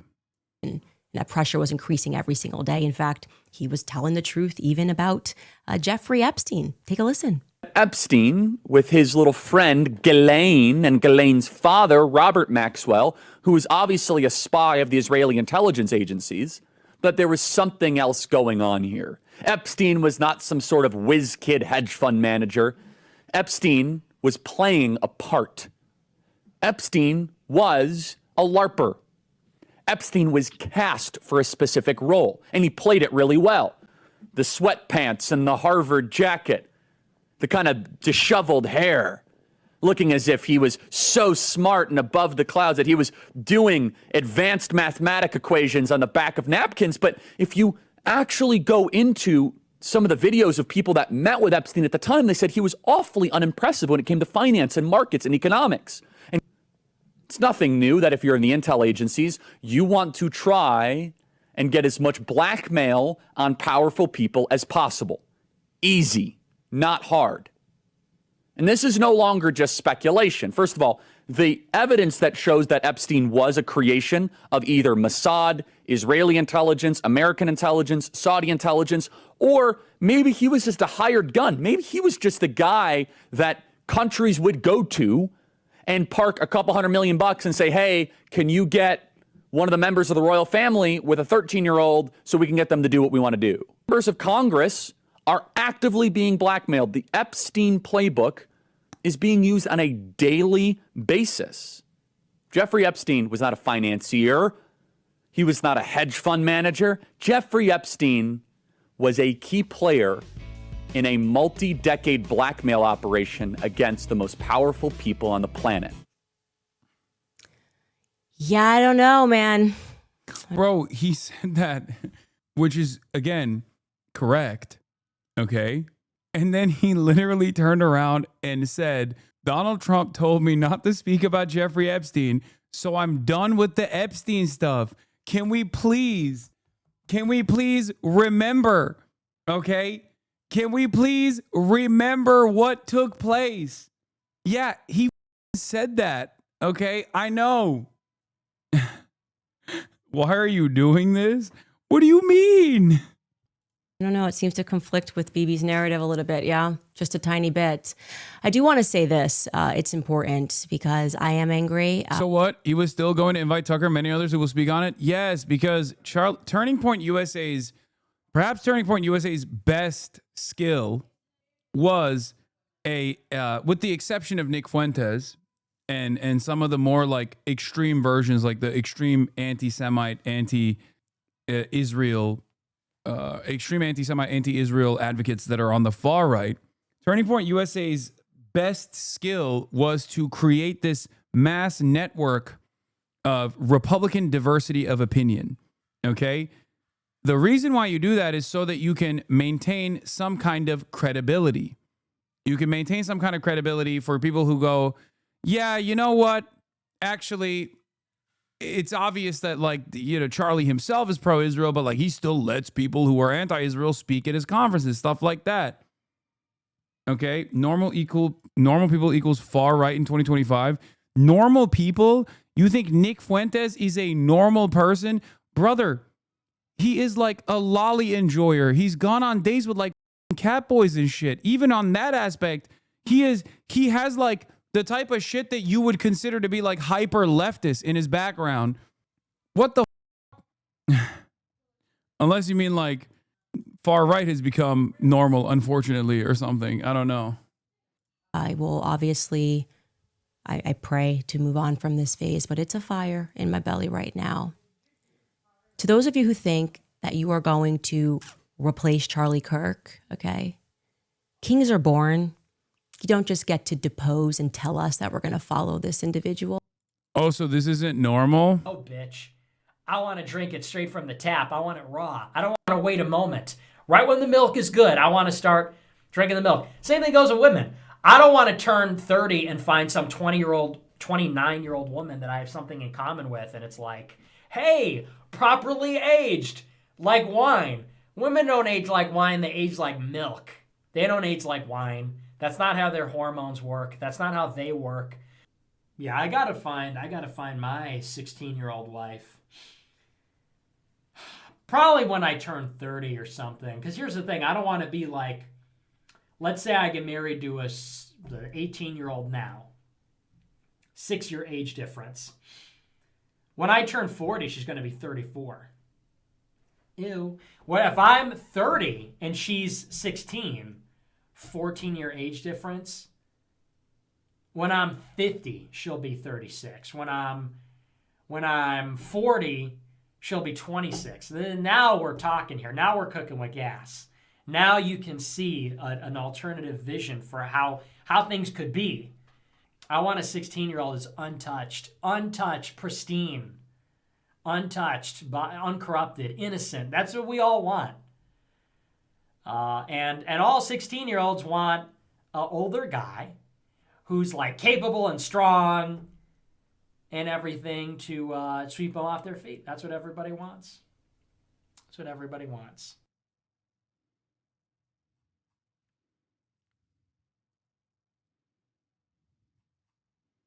Gross. Okay. I'm one of the Masons of Turning Point USA. You put a shill in Charlie Kirk's chair, in Charlie Kirk's company, and you try to tell us to follow that individual, I will be an enemy of you. There will be nothing that can stop me. Okay? And I want you guys to understand, this is not a threat. This is a promise. There will be nothing that can stop me. I will release every single text message. So to those, they're like, you're a pedophile. It's like, fuck you. 16 isn't a kid. They're like, she's a child. We all were 16 once. We all know what sex is. Okay, give me a break. So people need to grow up. Dude, if it's legal, it's legal, man. What? If it's legal, it's legal. Facts. And, you know, even if it's not legal, it doesn't always mean it's wrong. So these women.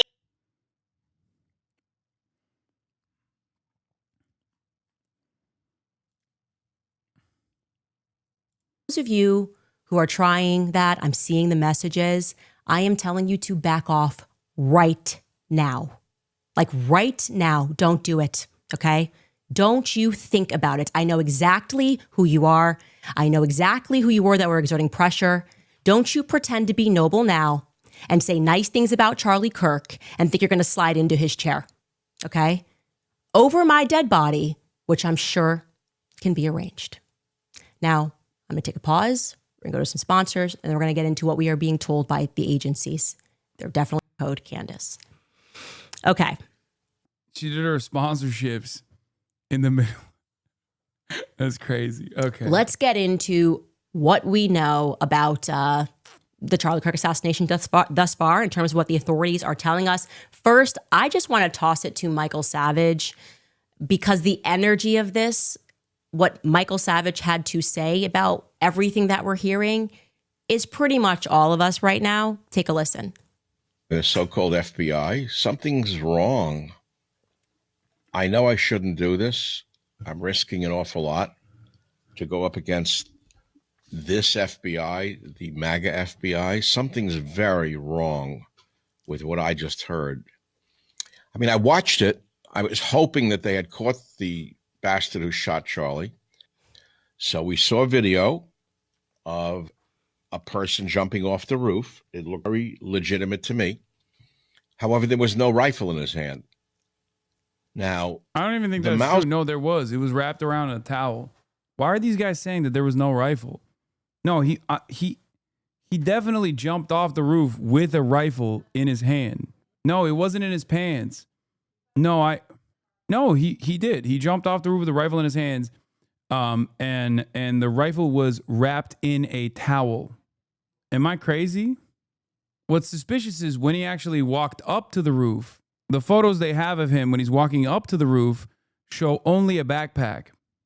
There's no gun there when he's walking up to the roof. But when he's actually jumping off the roof, he does have like a long barrel something in his hands.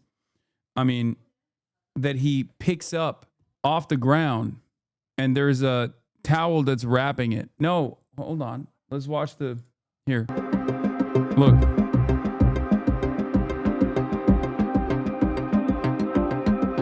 Look, you can't really see whether he has a rifle here or not.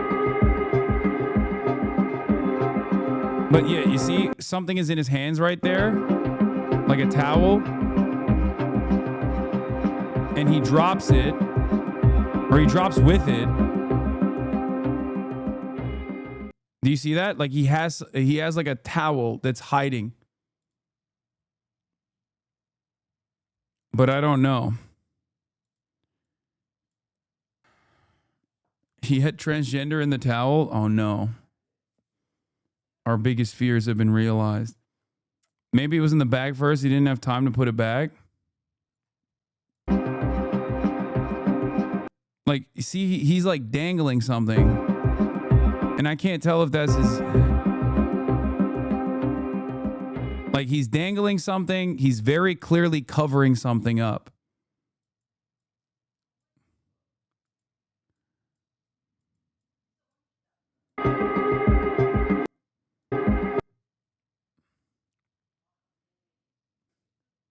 It is a crazy drop, by the way.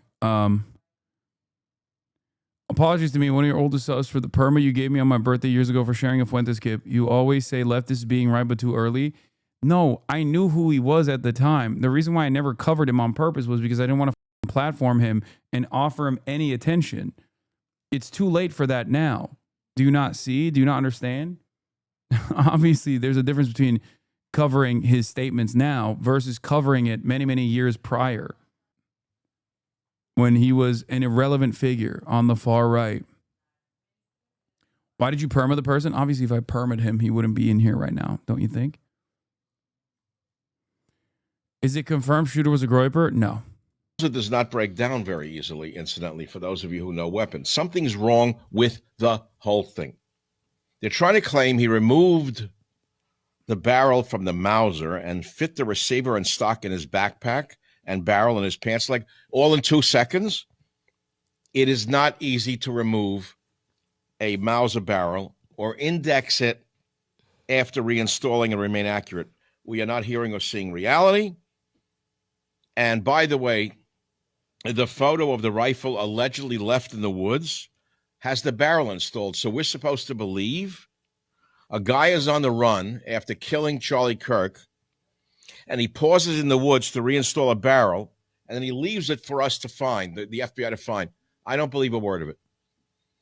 I shouldn't do this. I know I'm putting myself at risk, but I can't take it anymore. I can't take the bullshit from this government. It's lying to us. Something's wrong. Something's so wrong. It's sickening. I watch a shit ton of vet bros, and this is all they're talking about. Yeah, it does. that was the biggest mystery that I was also talking about earlier this morning, is that, like, unless it's an incredibly rare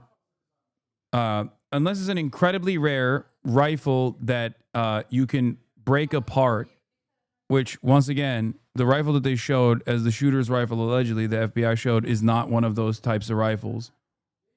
The very fact that, and that type of rifle is like very expensive. The very fact that he was able to, like, if it's not a foldable Mauser or some shit, that he would be able to take apart the barrel and then fit it back in, is virtually impossible without, like, specific tools, not just a screwdriver, but specific tools like a table tool that you need. Because it's not like it's not like an AR-15. It's not like 2 pins or anything like that. I believe this is the model of the Mauser they're saying he used.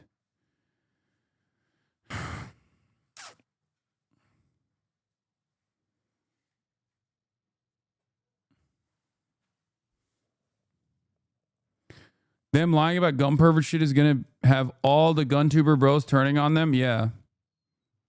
Can the rifle fold in half? There are special custom made, or like antique almost, Mausers that I think a chatter was talking about, like paratroopers used or some shit in like World War II, or specialty Mausers that are foldable. This is true.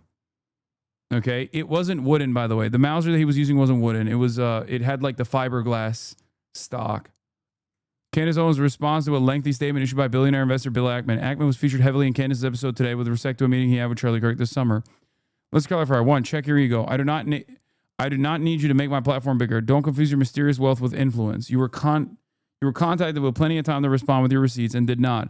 I know feigning victimhood is kind of an Israeli brand thing, but I was clear that Charlie felt blackmailed by the offer to fund TPUSA, which he refused. No one said Bill Ackman blackmailed Charlie Kirk. Try to resist the urge to rewrite history.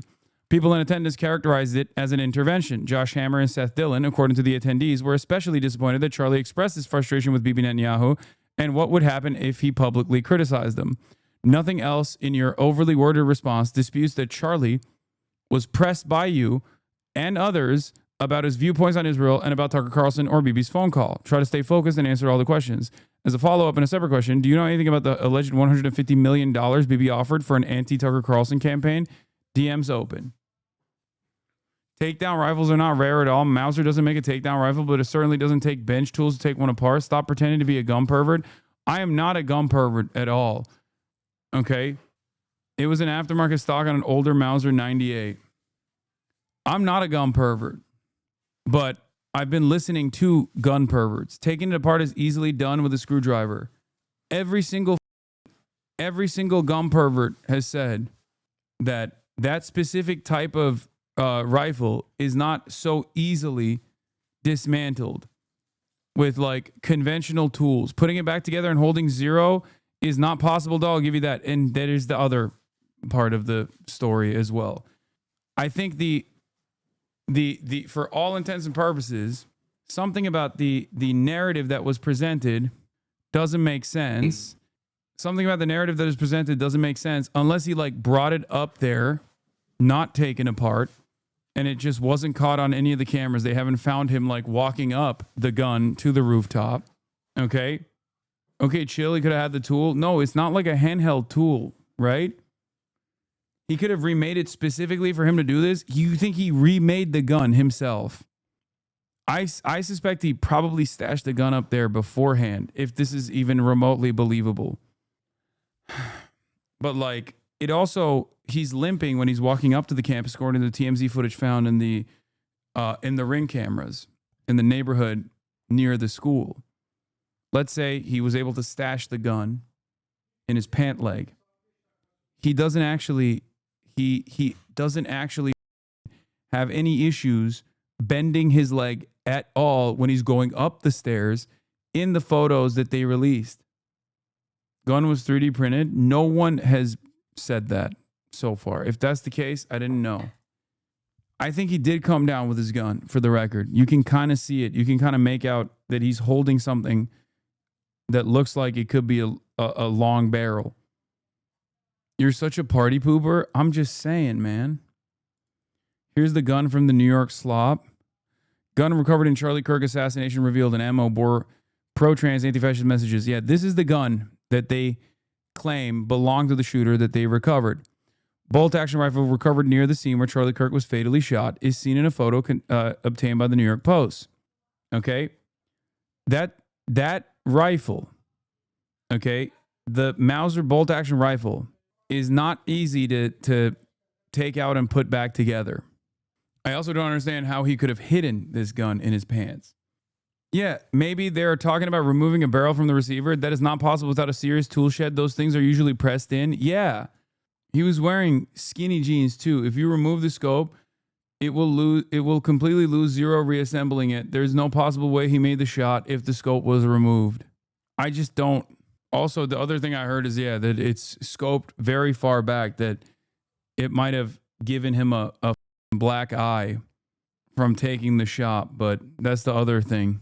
But I don't know if that's the case or not. But I have heard gun perverts talk about that as well. Taking it apart after the shot is completely plausible. Before the shot is not possible without a takedown rifle. This ain't Mission Impossible shit. Okay, question remains. Let's say he actually brought it in. He didn't take it apart because obviously he would have to test it out. And he very clearly took one shot and killed Charlie Kirk. So he didn't test out whether or not the scope was accurate, right? So let's say he brought the gun up there, but we just haven't seen him bring the gun up there in any of the CCTV footage. Okay? Let's say he then, in order to transport the gun, took out the barrel somehow after the shot. Why the fuck did he put it back together to leave it in the dirt? That also doesn't make sense. He was like, here you go, Mr. FBI. The weapon, the weapon mysteriously left behind after being reassembled near the scene of the crime. I'm just saying, way too many theories relying on weird assassin fanfic. He put it together only once. Why is this a talking point I don't follow? Because if he brought this rifle deconstructed up to that roof, not me, but many gun perverts are saying that it would be virtually impossible for this gun to be accurate if he just assembled it up there. And even at the point of assembly is also a point of contention because like even when you're putting the barrel back on, you still need additional tools. Bore laser zeroing devices let you zero without shooting. Did they find that? Did they recover that? Like even I know, I'm not a gun pervert, but even I know after you reassemble a gun, you need to fire shots, right? In order to make sure that your gun is accurate. The barrel and scope are together in bag. The stock might just attach pretty simply. I know others say no, but my 1022 is like a 1 bolt, stays zeroed. A source familiar noted that the Justice Department has investigated descriptions of the alleged ATF memo. Also, I'm not a gun pervert, but is this caliber consistent with the impact that you saw on Charlie Kirk's neck? Because I feel like, wouldn't there be a much larger pattern? It is? Okay. I thought it would be bigger than that. How about we watch a video on the takedown of said rifle to inform ourselves? Sure, if you have one. Iron sights only, play call for sure. Yeah, he didn't take that shot with iron sights on a Mauser, dude. What are you, crazy? Yeah, okay. Yeah, he's like those famous like Marine snipers or some shit from World War II. Yeah, no, he did the legendary 360 no scope actually. Yeah, he was actually jumping off the roof and spinning like a top when he took the shot. I guess we never saw the exit wound in any of the photos or any of the footage available, so I can't speak on the exit wound. Hey, it's Andrew here at BTO Range in Conroe, Texas. Today on the bench we have a commercial 98 Mauser pattern rifle made by Husqvarna in Sweden. Husqvarna Model 640, which is a generic. Doesn't even have a scope, by the way. So we're gonna. So that might be it. Don't have anything going on in here. We do not. There's a ton of dried grease and oil in there. Kind of looks like cosmoline. It's sticky enough to be cosmoline. So that might be it. One of the first things we're going to do is we're going to bring this safety, this wing safety on this bolt to the mid position. So we're going to engage the action to where the striker is to the rear. We're going to put this up into the halfway position. So commercial Mausers that do not have this 3-position wing safety require the use of a tool or something to take the bolt apart. But if dude, gun perverts can't help themselves, bro. Look at this. This guy posted it 1 day ago. Dude, gun perverts cannot help themselves, man. Anytime there's like any sort of school shooting, high profile assassination, they'll immediately be like, how hard is this shot? Okay. How difficult of a shot is this? This is a 30-06 bolt action, and I have a target set up at 200 yards. Now, the last time I fired this rifle was about 3 years ago. Roughly had it sighted in at about 100 yards. But this is different ammo, and last I remember it was hitting a little high and to the left. So I'm just going to hold over to the right a little bit.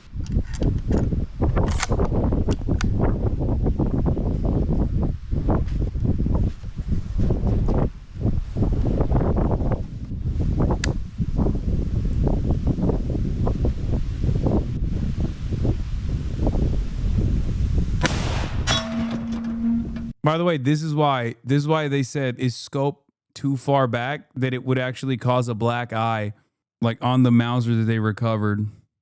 You're just jealous because you can't make that shot? Yeah, bro, I can't. What do you mean? I want to see it like, wait, doesn't he show it downrange? Like, dude, look at how far that is, bro. People are like, bro, people are crazy. People are like, man, that shit's easy. It's like, no, I'm not a gun pervert, so like that doesn't seem easy to me at all, okay? I guess with a scope, it's, you know, it's personal preference. That's how far back my scope is because of where I sit on the stock. How many gun perverts are in my goddamn community, man? No wonder y'all yell at me every time I talk about reasonable gun control. Jesus Christ. Holy. No, exactly where I was aiming.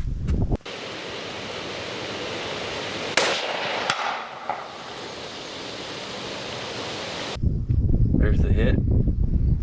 Pretty much exactly where I had the crosshairs. I really expected to get a 3 to 6 inch drop, but I really didn't. Pretty flat shooting round.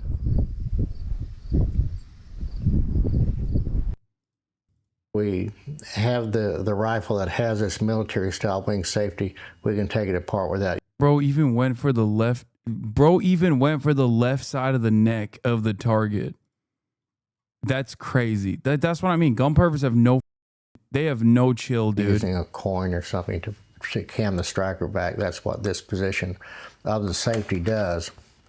So now we can just move the bolt stop out to the side, bring the bolt out. We can set that dude over here to the side for a second. Set that dude. The floor plate on this gun, the bottom metal on this gun is 2 screws right here. So we can just pull these out. Again, screw slots, pay attention to screw slots to make sure your screwdriver blade. Gun wasn't wooden. Does that apply? No, the stock. No, the stock that he has is like fiberglass or whatever, I think. But it doesn't. That doesn't really change it that much. Is fitting those screw slots well so we don't turn out the slots and chip them out, and then they look horrible. We have to replace screws or recut slots and refinish. Polymer, not fiber, whatever, fiberglass, whatever the polymer. Sorry. Like the. Yeah, it just makes it, it just impacts the weight of it more than it, I mean, the same screws would probably be, it just impacts the weight of it. The same screws would be in the same place, right? The screws or any of the above. So we try to avoid doing that if at all possible. It's not the best screwdriver on the planet.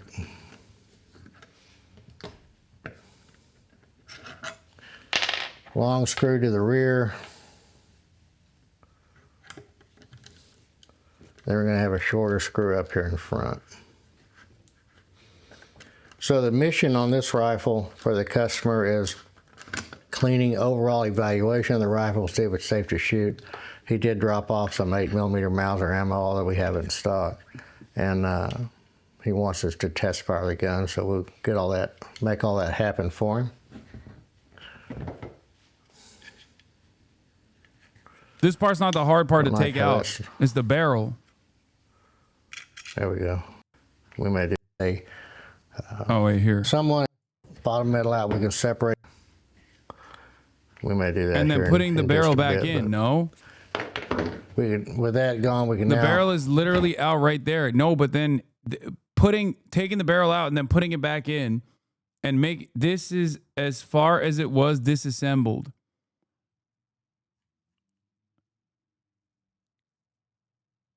This is all pretty standard for a bolt. None of it's hard. Put it in 4x speed to simulate his circumstances. Bottom metal out. And it had a scope on top of it as well. Separate the barreled action from the stock. That's unusual. Someone at some point has epoxied or otherwise affixed a, it looks like aluminum band in here with some kind of bedding device. I'm guessing is what their goal was for that, but okay.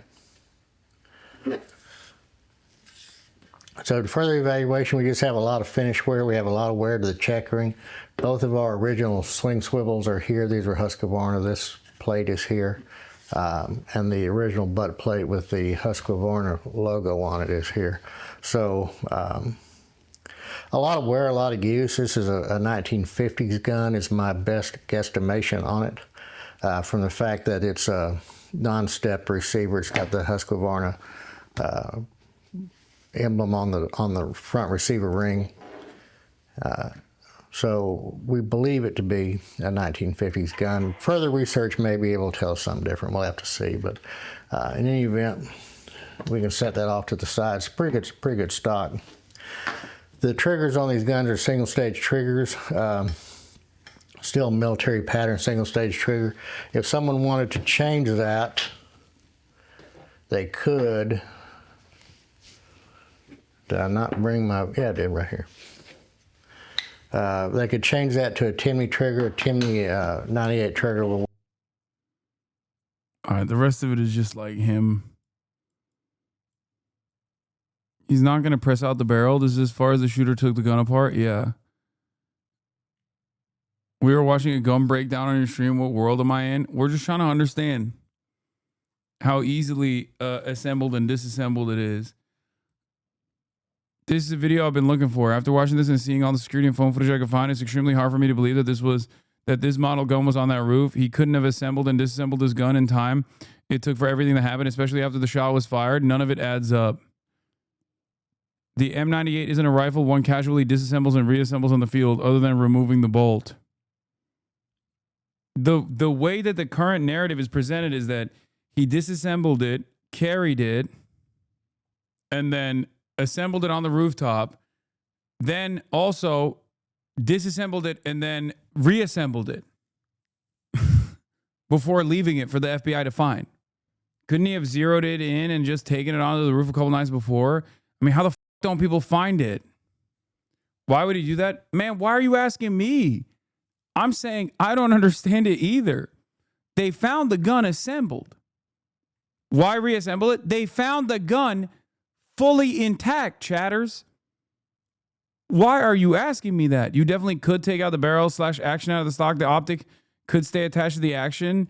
It just makes no sense to do that. I suspect that he never disassembled it. My suspicion is he brought it.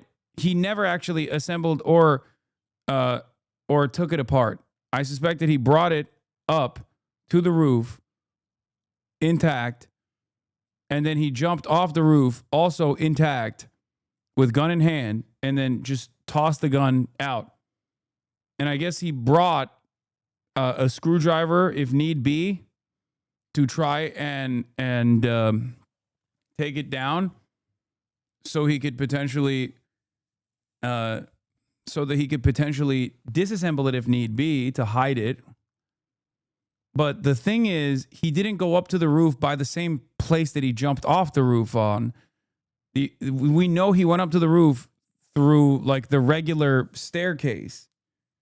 He went up to the roof through the regular staircase, and he doesn't have a gun on him when he's going up to the roof. But if he's going to toss it, why doesn't he just leave it on the roof? That's the other thing that I don't understand. Why would you like run away with it?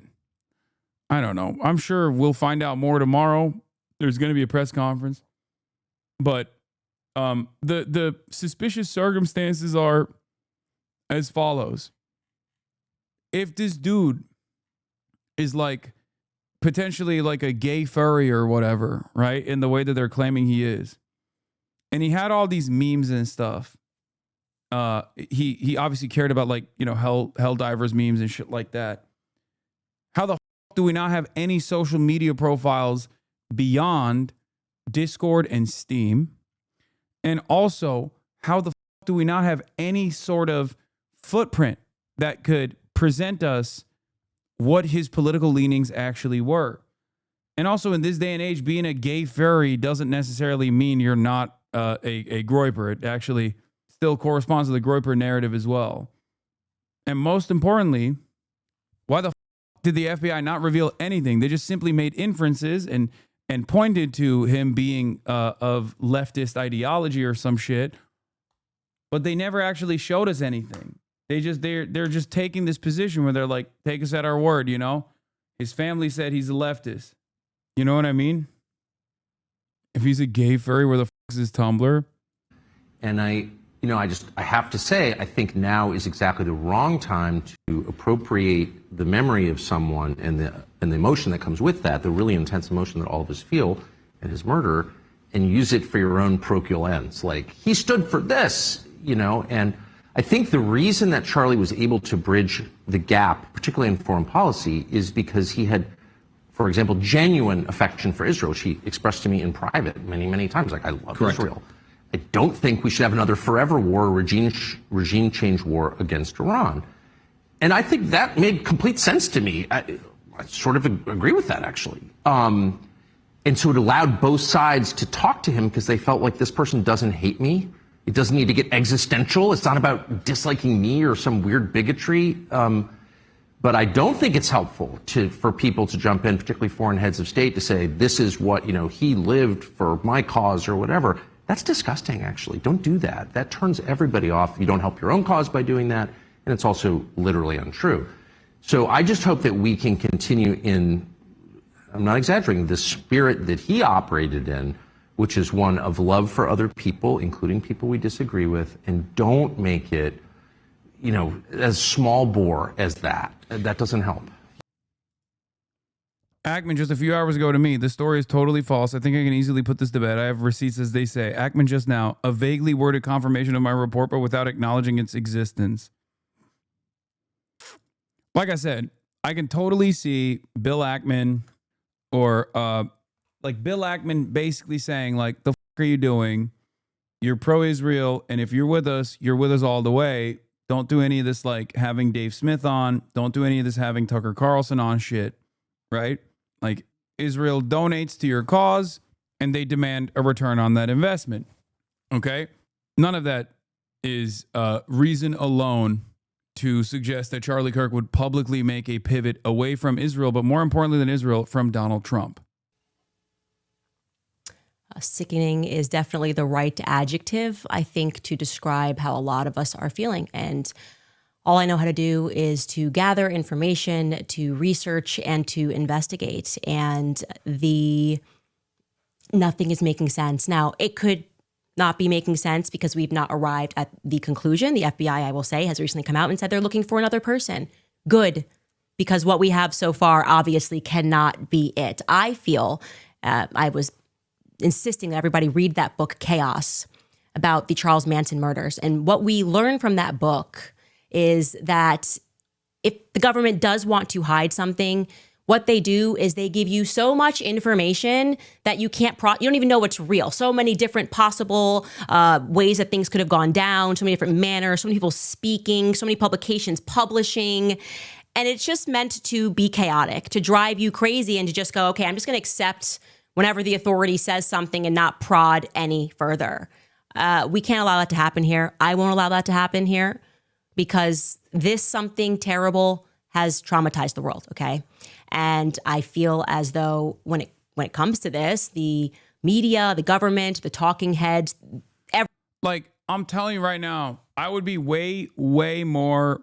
I'd be more open to like, oh, Israel did this narratives if there was like a shooter profile that was designed around a narrative that Israel would want out there. Like, oh, this guy did it because he said free Palestine. You know what I mean?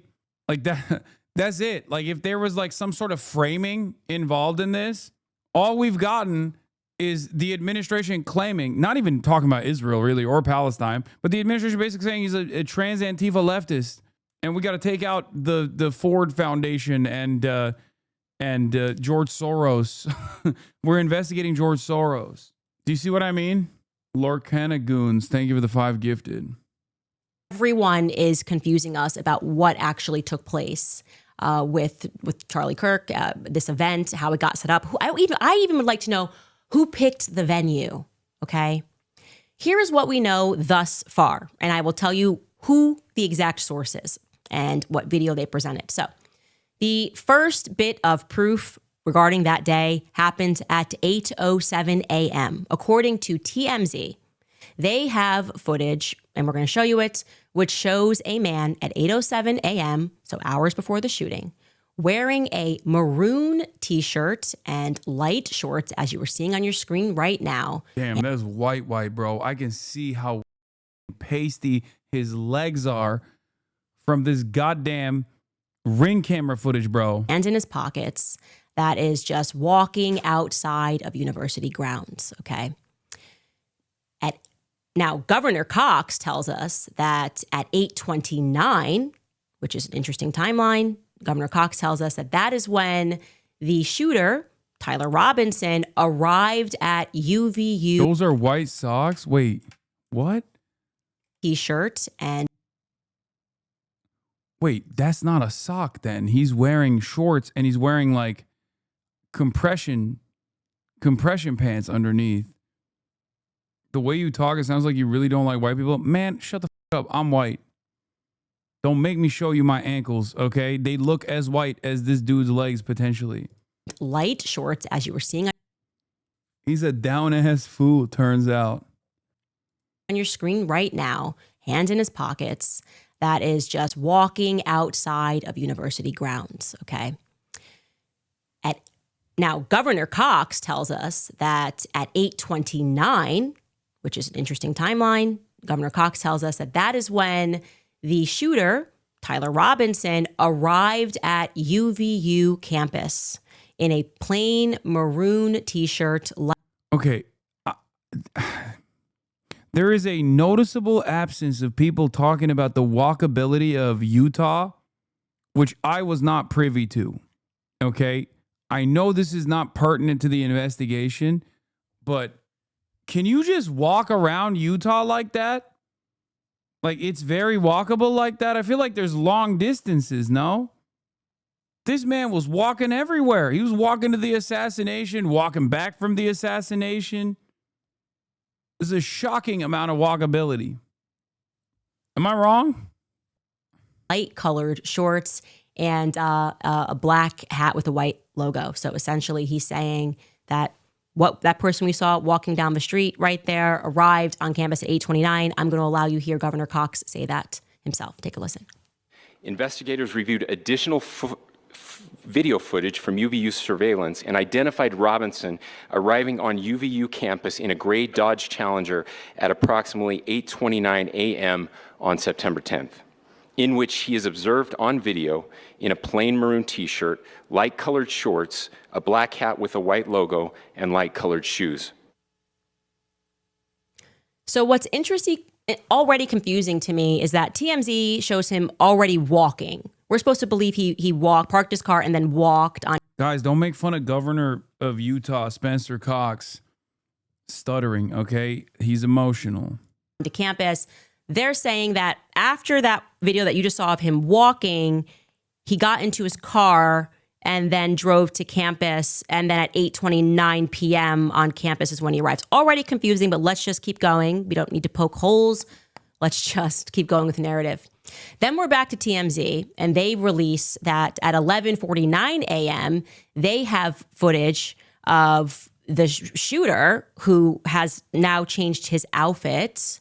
We're supposed to gather that, again, on a doorbell cam, and he's in a different outfit. So this is 11:49 a.m. Charlie Kirk has not yet been shot. Take a look at this.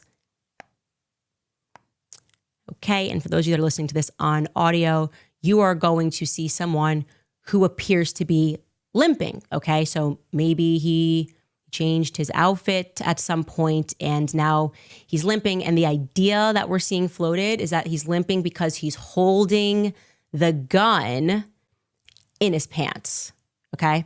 That's kind of what's been floated, okay? That has not particularly come from the feds. I don't believe so, but he's limping now and he's got on a different outfit. Okay. 11:52 a.m., and we were actually going to check this, by the way, but I think that we had the FBI say that was when he arrived on campus. Maybe that's not accurate. But so let me just skip off of that, because Skylar, we should actually look to research that.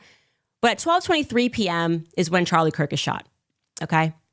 And 12:23 p.m. is when in that same minute is when we have footage that shows us that as the crowd ducks, and it's blurry, the shooter runs across the rooftop. I'm going to tell you why that's significant. So 12:23, Charlie Kirk is shot, and we are going to have an angle of that and the image of the person in black rather, that is running across the rooftop. Take a look at this. They're down, clearly. And right away, look at that, okay? And we have another, so the footage shows us, there's another actually clip that I was looking for, Skylar, there, that it actually shows him running across the rooftop. You guys may have seen it. The reason why that footage is problematic, as you start to see them ducking and then you see the shooter immediately start moving across the rooftop, is that their narrative is that he disassembled the gun and then started running. So that's a bit confusing to us of how he was able to do that so quickly. An unbelievable amount of hunters, guns, people that reached out to me and said, that just didn't happen. They have, exactly as Michael said, that did not happen. There is no way that happened. That cannot be accurate. Then, and this is obviously the craziest part of everything, we have Decoy Boy, right? So it happens and suddenly this guy, George Zinn, gets arrested. He's making noise. He's signaling that he's somehow shot the guy. And at 12:52, it gets announced that the suspect is in custody. So nobody. This guy, yeah, he's a kook, by the way. And then they're saying he's like a known figure on campus, apparently. But they're going to say he also, she's going to bring up his like 9/11 shit or something, right? Needs to look around anymore because this suspect is in custody. But actually, I guess George Zinn just does that. He just does that, I guess, like just wants people to think he's done something but he hasn't actually done anything. That, again, to me feels like he's a decoy, like more people are involved in this. And I will say that. We don't know, but we know that something's wrong with this. Then at 12:29 p.m., we have TMZ showing us that there's a person running through the backyard. They are saying this appears to be the suspect. Yeah, he's not just known on campus. He is infamous in Salt Lake City, Utah County as a whole, is what people were saying. Like, the amount of people that said that guy is like a known figure immediately after his apprehension was so strange to me. Because when we were watching, people were like sending me articles about, what's his name, George Zinn? They were sending me articles about George Zinn, who apparently is infamous. He is infamous in Salt Lake City. I guess that's just kind of how it happens when you're living in Utah. Suspect running. Okay, now we're going to show you that clip. It is very grainy. So they're alleging that that's him. We couldn't confirm that, and the feds have not confirmed that. but it does show you that someone's running across the back. Again, that's at 12:29 p.m. I don't know. We don't know. I'll give you some other facts that you should probably know just in general that that has been thus far confirmed. The weapon, they say, was found in the woods and it was wrapped by a dark towel. Okay, now, when they gave us a photo of that weapon, it was fully assembled. So this is kind of what Michael Savage is saying. He's saying, okay, so then they reassembled it, or maybe the feds did. Maybe they're going to clarify that they reassembled it for a photograph, but we are told that it was found wrapped in a dark towel. Then we have been told that a screwdriver was found on the roof. So they're sticking to this implication that he went to the RNC as a guest of Salt Lake City GOP in 2016. No joke. That's awesome. Perhaps undid this gun while he was on the rooftop, and he, wanted to make sure he unscrewed it with the screwdriver, left the screwdriver behind, but took the gun, but then left the gun in the woods. Okay. Then we get, and this has not been contextualized, and I can't wait until it is contextualized, we get photos that are the shooter. This is when the FBI came out and said he's in a stairwell. We don't know exactly where that stairwell is. He's in outfit number 2. So the outfit change has happened. Okay. There's no timeline again, but we can discern that there is no weapon that is in his pant leg because we can see him bending one his leg. Like he's just bending his leg, clear as day. But very obviously, there's no weapon. In one photo, and we can see him bending the other leg in another photo. So we're unclear about. Could be behind his back, maybe under his shirt. I don't know. This. What is clear is that there is a ton of cameras on this campus. Yo, stop saying backpack. What do you mean backpack? There's a photo of him walking up the stairs. Does this backpack look like there's a weapon in it? It would be poking out. It's not a foldable stock. Shut up. The gun, they just showed the gun. Photo. So we're unclear about this. What is clear is that there is a ton of cameras on this campus. There is a lot of footage that they could release to make the public feel better about this. I mean, tons of different angles. I don't know why we're getting grainy shots at all. There have been tons of people online going through the tech stack of UVU campus and saying like, hey, why are we getting grainy? Why don't you give us clearer images? In fact, try to be like, you don't understand. He put it in his inventory. That's why you can't see it. He's no longer holding it. That's not how it works. Where's the gun, man? What do you think this is? Rust? I guess even in rust, you can see the gun. You guys could show us. Yeah, it's not equipped, bro. It's not equipped. You don't understand. Image here. They're not doing that. They're just going with this like grainy image and saying that's it. And you can get this grainy image, but we can't tell you much more. Now, again, it's an open investigation. They're under a lot of pressure. There is no question. I'm certainly not going to let this go. And I want the public to not let this go because you were spiritually impacted by watching a man be publicly executed. And you need to keep that energy and understand that something is very wrong here. Nothing they are saying feels good to me. Honestly, the thing that they said that felt the best to me is when they said that there's probably somebody else involved. That sounds about right. 2 people, maybe. Maybe these aren't even the same people. Maybe the guy in the maroon is not the same as the guy in the black shirt. That would make sense because why change your outfit? Both of these look like you would blend in on a college campus, so why are you blending in twice? No, I mean, he was scoping out the scene in a different fit. That makes total sense. What? Yeah, he went in him changing the outfit before he does the shooting, that does make sense.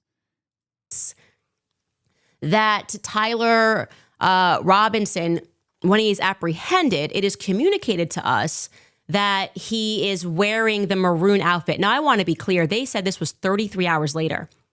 So he changed his outfit I mean, ostensibly because he wants to avoid detection would be the only thing that's, I think, is reasonable to assume. But then he changes back into the outfit that he was wearing before the shooting. For what reason? 33 hours later, like no shower time. He just wanted them to know that it was him on the camera. That's not clear to me. Why are we changing outfits? Are we just two different people? I think it's reasonable to ask that question. Are there two different people that are involved? Another thing that's not clear to me is that the story that we were told was that Tyler Robinson allegedly, after speaking with the pastor, his dad turned him in. Bill Ackman, probably $1 million, right? Thanks, Bill. You really cared about Charlie. And that money is now going to the father of this child who, after prayer and speaking to a pastor, they're saying, okay, well, he turned himself in. That we were told he turned himself in. Now we're being told that actually he hasn't confessed.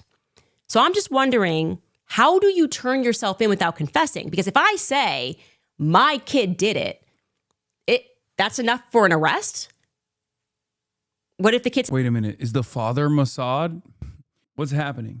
This is a good point, actually. No, dude. The father saw his son on the CCTV footage, went and talked to the local pastor about it. There was some conflicting information early on. It's a bishop, not a pastor. As an ex-Mormon, that bothers me, Lamau. Okay, whatever. Like, I think the dad confronted him, and I think the initial reporting on it was like that he was saying he was gonna kill himself. Ugh. This is a much murkier than some sanitized account of his dad doing the right thing.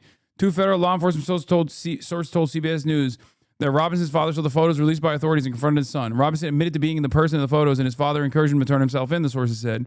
Robinson responded to his father, saying he would rather die by suicide than turn himself in, prompting his father to call a youth pastor close to the family, the sources said. Yeah, this is what I remember. The pastor and Robinson's father tried to calm him, according to the sources. The pastor, who was also a court security officer, also called the U.S. Marshal Service, which arrived and detained Robinson, the sources said. Yeah. Why'd he snitch? I don't know. I don't know what like Mormon bishop code looks like, but I feel like if you go to a pastor for like a Catholic in a Catholic church, they keep that shit, right? Isn't there like a code or a Catholic, in a Catholic church, a Catholic priest, like that's code, right? You just got to say your Hail Marys and apologize or whatever. No, bishops are supposed to talk. Mormons don't do the canon seal. Pastor is not a priest. They don't have to snitch, but there's been criticism over them hiding crimes. Unironically, priests cannot testify in court. There was a whole ass court case about it. He was Protestant, not Mormon. Wait, what? Is that crazy? He's not cooperating because he won't say it's a trans/leftist thing. He's going to fold at some point and magically not get the death sentence. I don't know if it's like that. That's pretty normal. What do you mean Protestants make up the majority of population? Lol, Utah or not? No, the reason why I'm confused is because I thought they said he was a Mormon family. Because they didn't do it. I didn't do it. Dad says you did. Okay, how did they arrest him without a confession? I'm going to show you Governor Cox's statement where he says that the kid is not confessed. Take a listen. Wait, what? You don't have to have a confession to arrest someone. What the what? Yeah, everybody that's ever arrested for any crime is they've always confessed that they've done the crime. What do you mean? That's a crazy statement. That is crazy. It makes perfect sense for someone in their private conversations with their family admitting to a crime and then once apprehended refusing to admit it. After that point, it's he's going to get his lawyers, and then his lawyers are going to advise him not to do that. I suspect there's enough probable cause there for an arrest. He literally is the person in the footage that they have as the primary suspect for the shooting. So, even on that alone, it makes sense to bring him in and detain him and investigate further.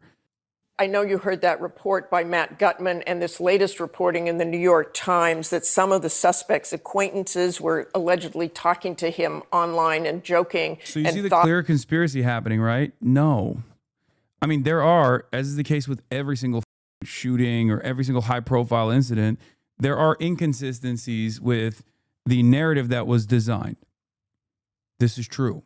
But as far as like a clear conspiracy, I don't see it. If anything, this actually doesn't show that there's a clear conspiracy because the government hasn't been so coherent with their narrative. They keep saying it's a leftist, but they show very little evidence as to why he might be, which is why I'm confused. Do you understand? Because, like, if the government came out and was like, oh, we have so much evidence, this guy loves Hamas, this guy is a fan of whichever insert group that they hate. Oh, he was a DSA guy. He loves Palestine. He shot Charlie Kirk because Charlie Kirk is against Palestine. That's why he did it. Then I'd be like, that's a little weird. You know, he's a Bernie bro who loves Zoran and Hasanabi Piker, like all those things, right? Then I can understand why it would be a little suspicious. They even ran with like the trans narratives and very quickly were like, oops, maybe not. You know what I mean? What is this? Yet another psychosexually obsessed Zionist having a jealous shrieking freak out over Hasan Piker getting published in the New York Times. I think the greatest example of the willingness of the left to create permission structures for violence is the total insanity of what the New York Times did over the weekend. The New York Times is a pile of steaming hot trash. It is a flaming... Bro, the more you love Israel, the more mad you get at like legacy publishers allowing me to speak. I swear to God. A bag of dog shit, the New York Times. What a terrible, terrible publication. The same publication that ousted Barry Weiss for the great crime of having approved an op-ed by Tom Cotton saying that maybe we should use the National Guard against riots, published an op-ed by Hasan Piker, the Twitch gaming streamer, who has not only... Wait, what do you do? I'm a political commentator. So are you. What the like, you're kind of dunking on yourself. As a matter of fact, we're both political commentators. The difference is, like, I have more motion than you. After years and years of unlimited funding from institutional donors and investors, you got nothing to show for it. So I don't know why you're like, I can't believe the New York Times let this Twitcher. He said it. He said it like it's a slur. Created permission structures for violence. He has openly called for violence. And they gave that asshole an op-ed in the New York Times titled, I was supposed to debate Charlie Kirk. Here's what I would have said. And the entire piece is just a permission structure for violence. That's all it is. You can see why Wait, what? No, it's not. What the? They're doing it. It's because of the war in Iraq that desensitizes us to violence. It's because capitalism and its predation, says the millionaire jackass. Wait, why is he so mad? That article does not even mention whether the shooter is like a groyper. That article stays the same whether or not the shooter's ideological background is a leftist or a liberal or a groyper or even someone who loves Charlie Kirk. It's more so a statement about how we see so much unlimited ultra-violence on U.S. soil from people of all different sorts of ideological backgrounds, mostly right-wing, and how society's reflection on said violence has changed throughout time, and we've grown more comfortable to it. Who gallivants around in muscle T-shirts on Twitch. What is happening, bro? Ain't no way he said muscle T-shirts. That's crazy. Why do so many of my haters just straight up say that I'm like sexy and rich? I don't understand that. Their biggest owns against me is like, bro, you're hot and I hate that. Also, you're rich. You have a lot of money. Ah! That's crazy. What is it? How Hasan Piker dresses to sit for 8 hours? Why are you calling me out? That's literally my outfit today. That's insane. Where did you get this photo of me? Light News Week, man. I know.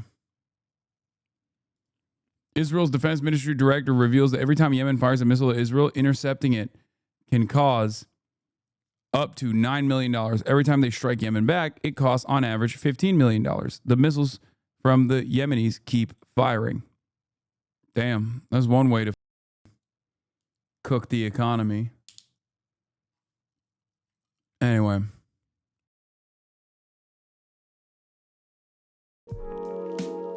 Hasan Reactions is one of the best ones in the React channel.